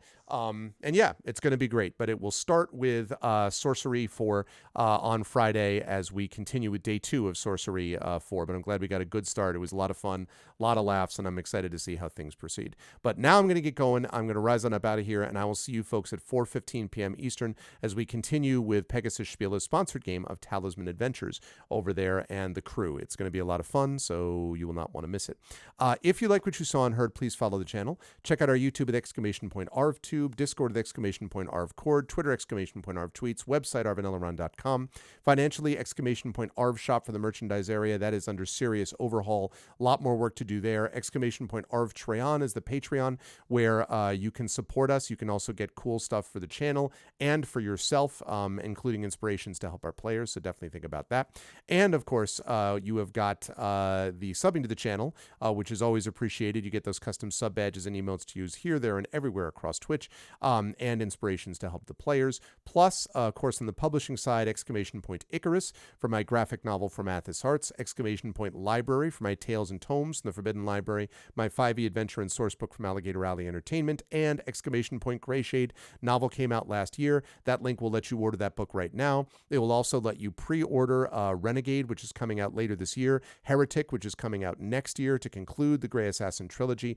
Later this year, also, we will have Brandon's tabletop role-playing game of Grayshade. Very excited about that. And we will have Tren Sparks' audiobook of Grayshade coming later this year as well. So you can get all of that at that Grayshade link. And as always, !BLM, Black Lives Matter, important to affirm and assert the significance and importance of Black lives.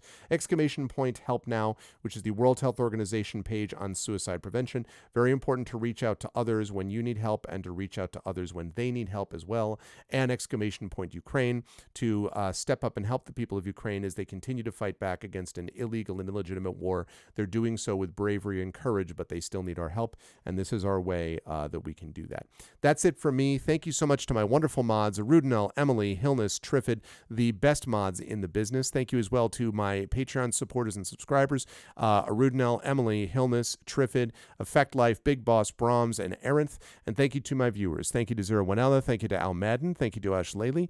Ash Leahy. Thank you to Axeman, to Craigery, to Cujo, to Dragon Spear, who is a mod but was lurking. Thank you to Gladjobot, totally not a bot. Thank you to Jagtris. Thank you to Little Roy Sarasa. Thank you to Mevrywhere, to Nonstop. Thank you to Sentinel Venom, to Son of God, to Sunnifs. Thank you to T-Bank and Yamickle. Thank you everybody so much for being here. Awesome stuff, and I will see you folks at 4:15 for some Talisman Adventures and back here on Friday night for some more of this game, Sorcery 4 from Inkle.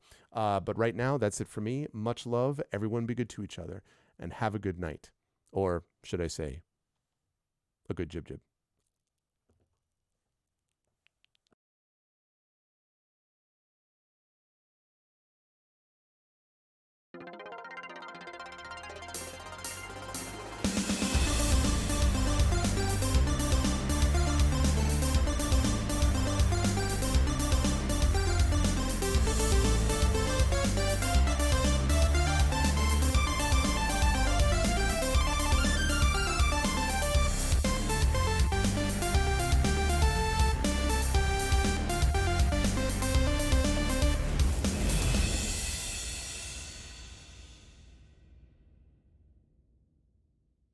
Honk.